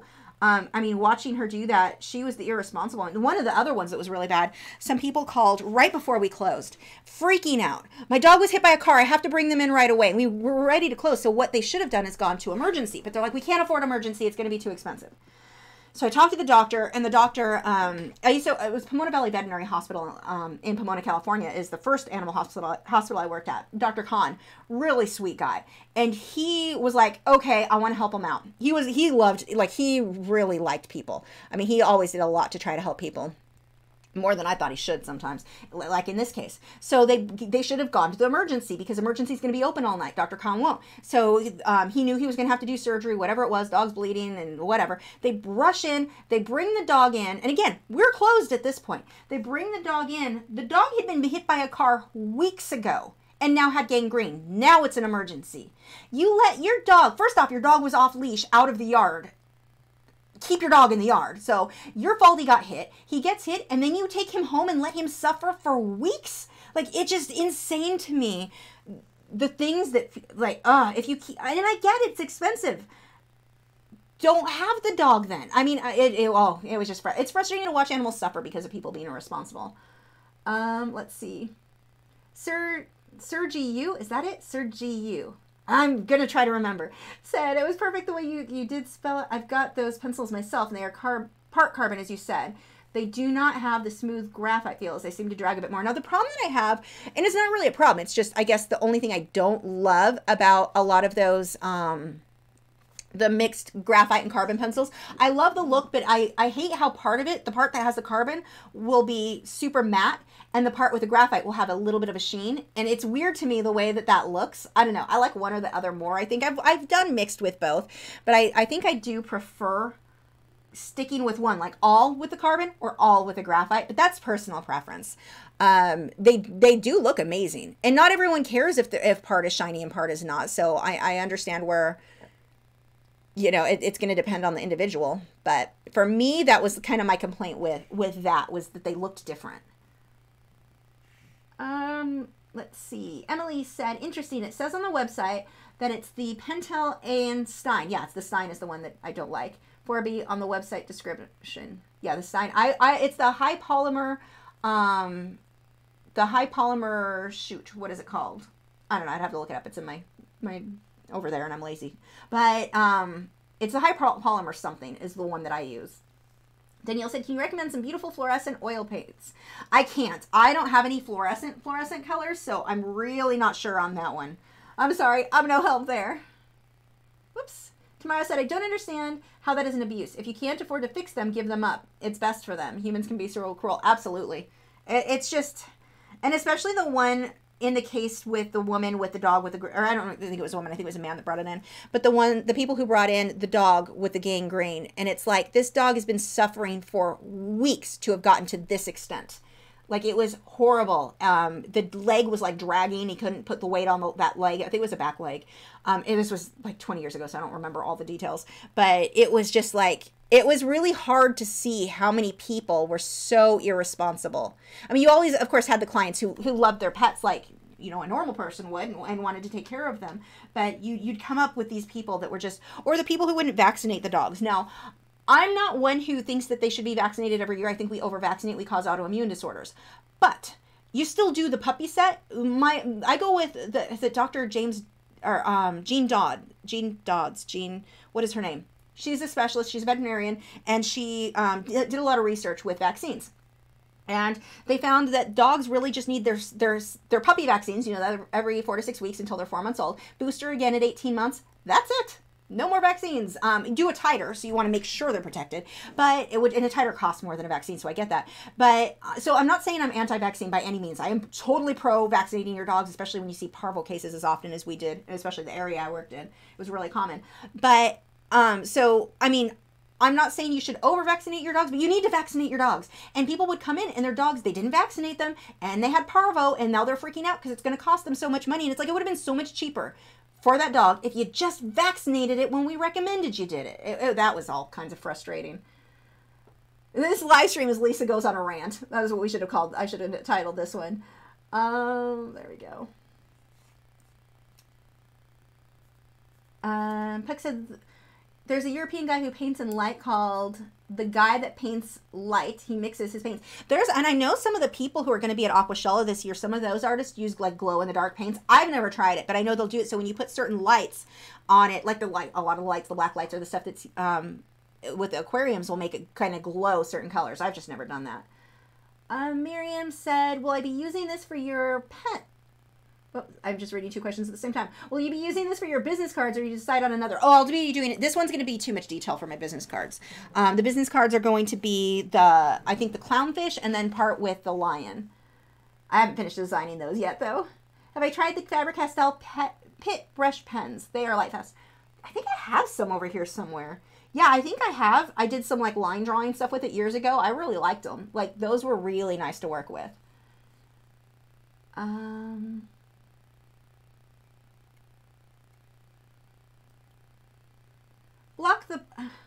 We're not even going to start lecturing people. Block that person. Hold on.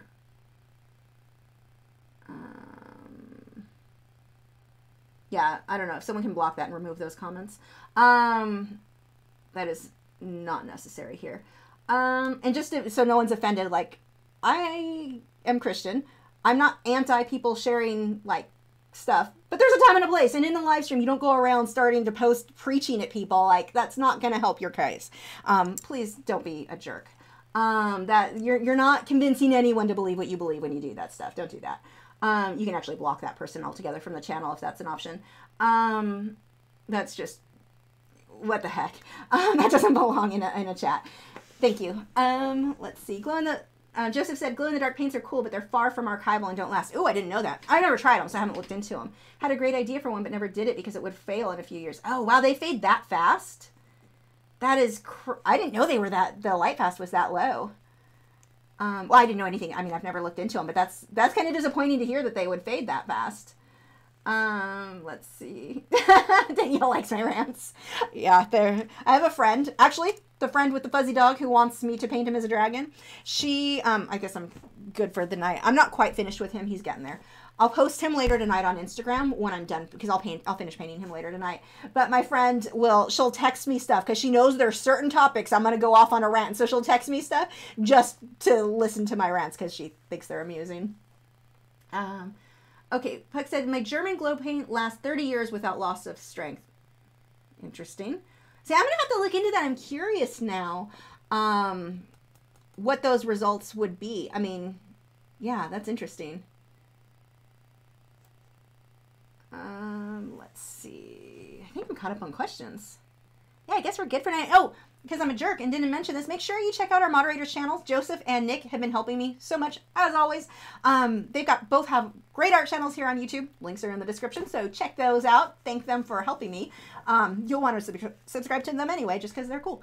But yeah, definitely, we just need to get them to upload more. Both of them need to make more videos. We should all give them a hard time about that. Upload more videos.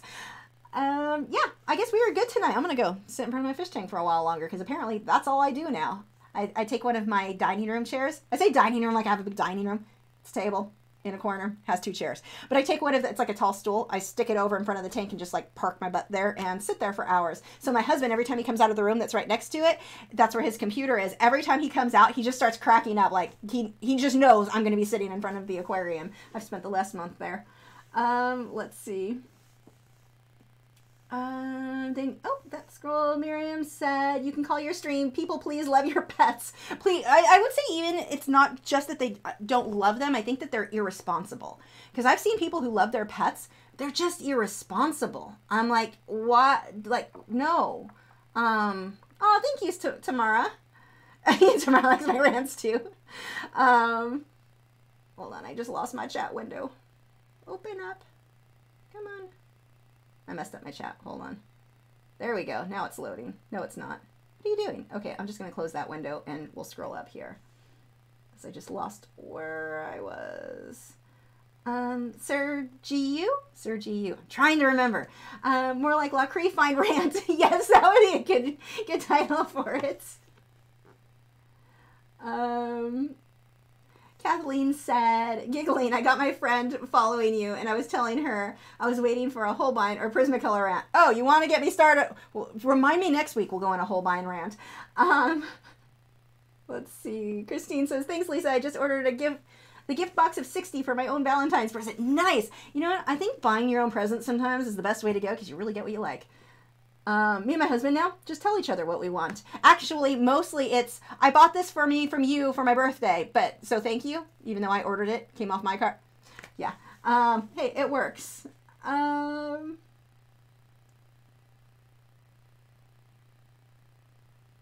Oops, that scrolled too far. Okay, we are good. Oh, there's one more. Yep, we're good. Thanks again for joining us tonight. Make sure to check out Joseph and Nick's channels. Hey, I remembered your name, Nick. Half the time, for some reason, every time I say Nick's name or go to say it, my brain just shuts off. Why? I don't know. It's my brother's name. How can I forget that? Just does it all the time. Can't tell you why. Anyway, thank you again for joining, and we'll be here next week. Hopefully, we'll be working on the zebra. I'm not positive. If it's not that, I need to do another critique video soon, because that once I do one more critique video, we're completely caught up and I can start to, gosh, words are hard, start taking more submissions again. So if it's not the zebra, it'll probably be that next week. And then this week, hopefully I'll have the lion painting up on YouTube, and I've got 2 Smart Art Box projects I just did. So I should have those soon too. But I'll see you guys next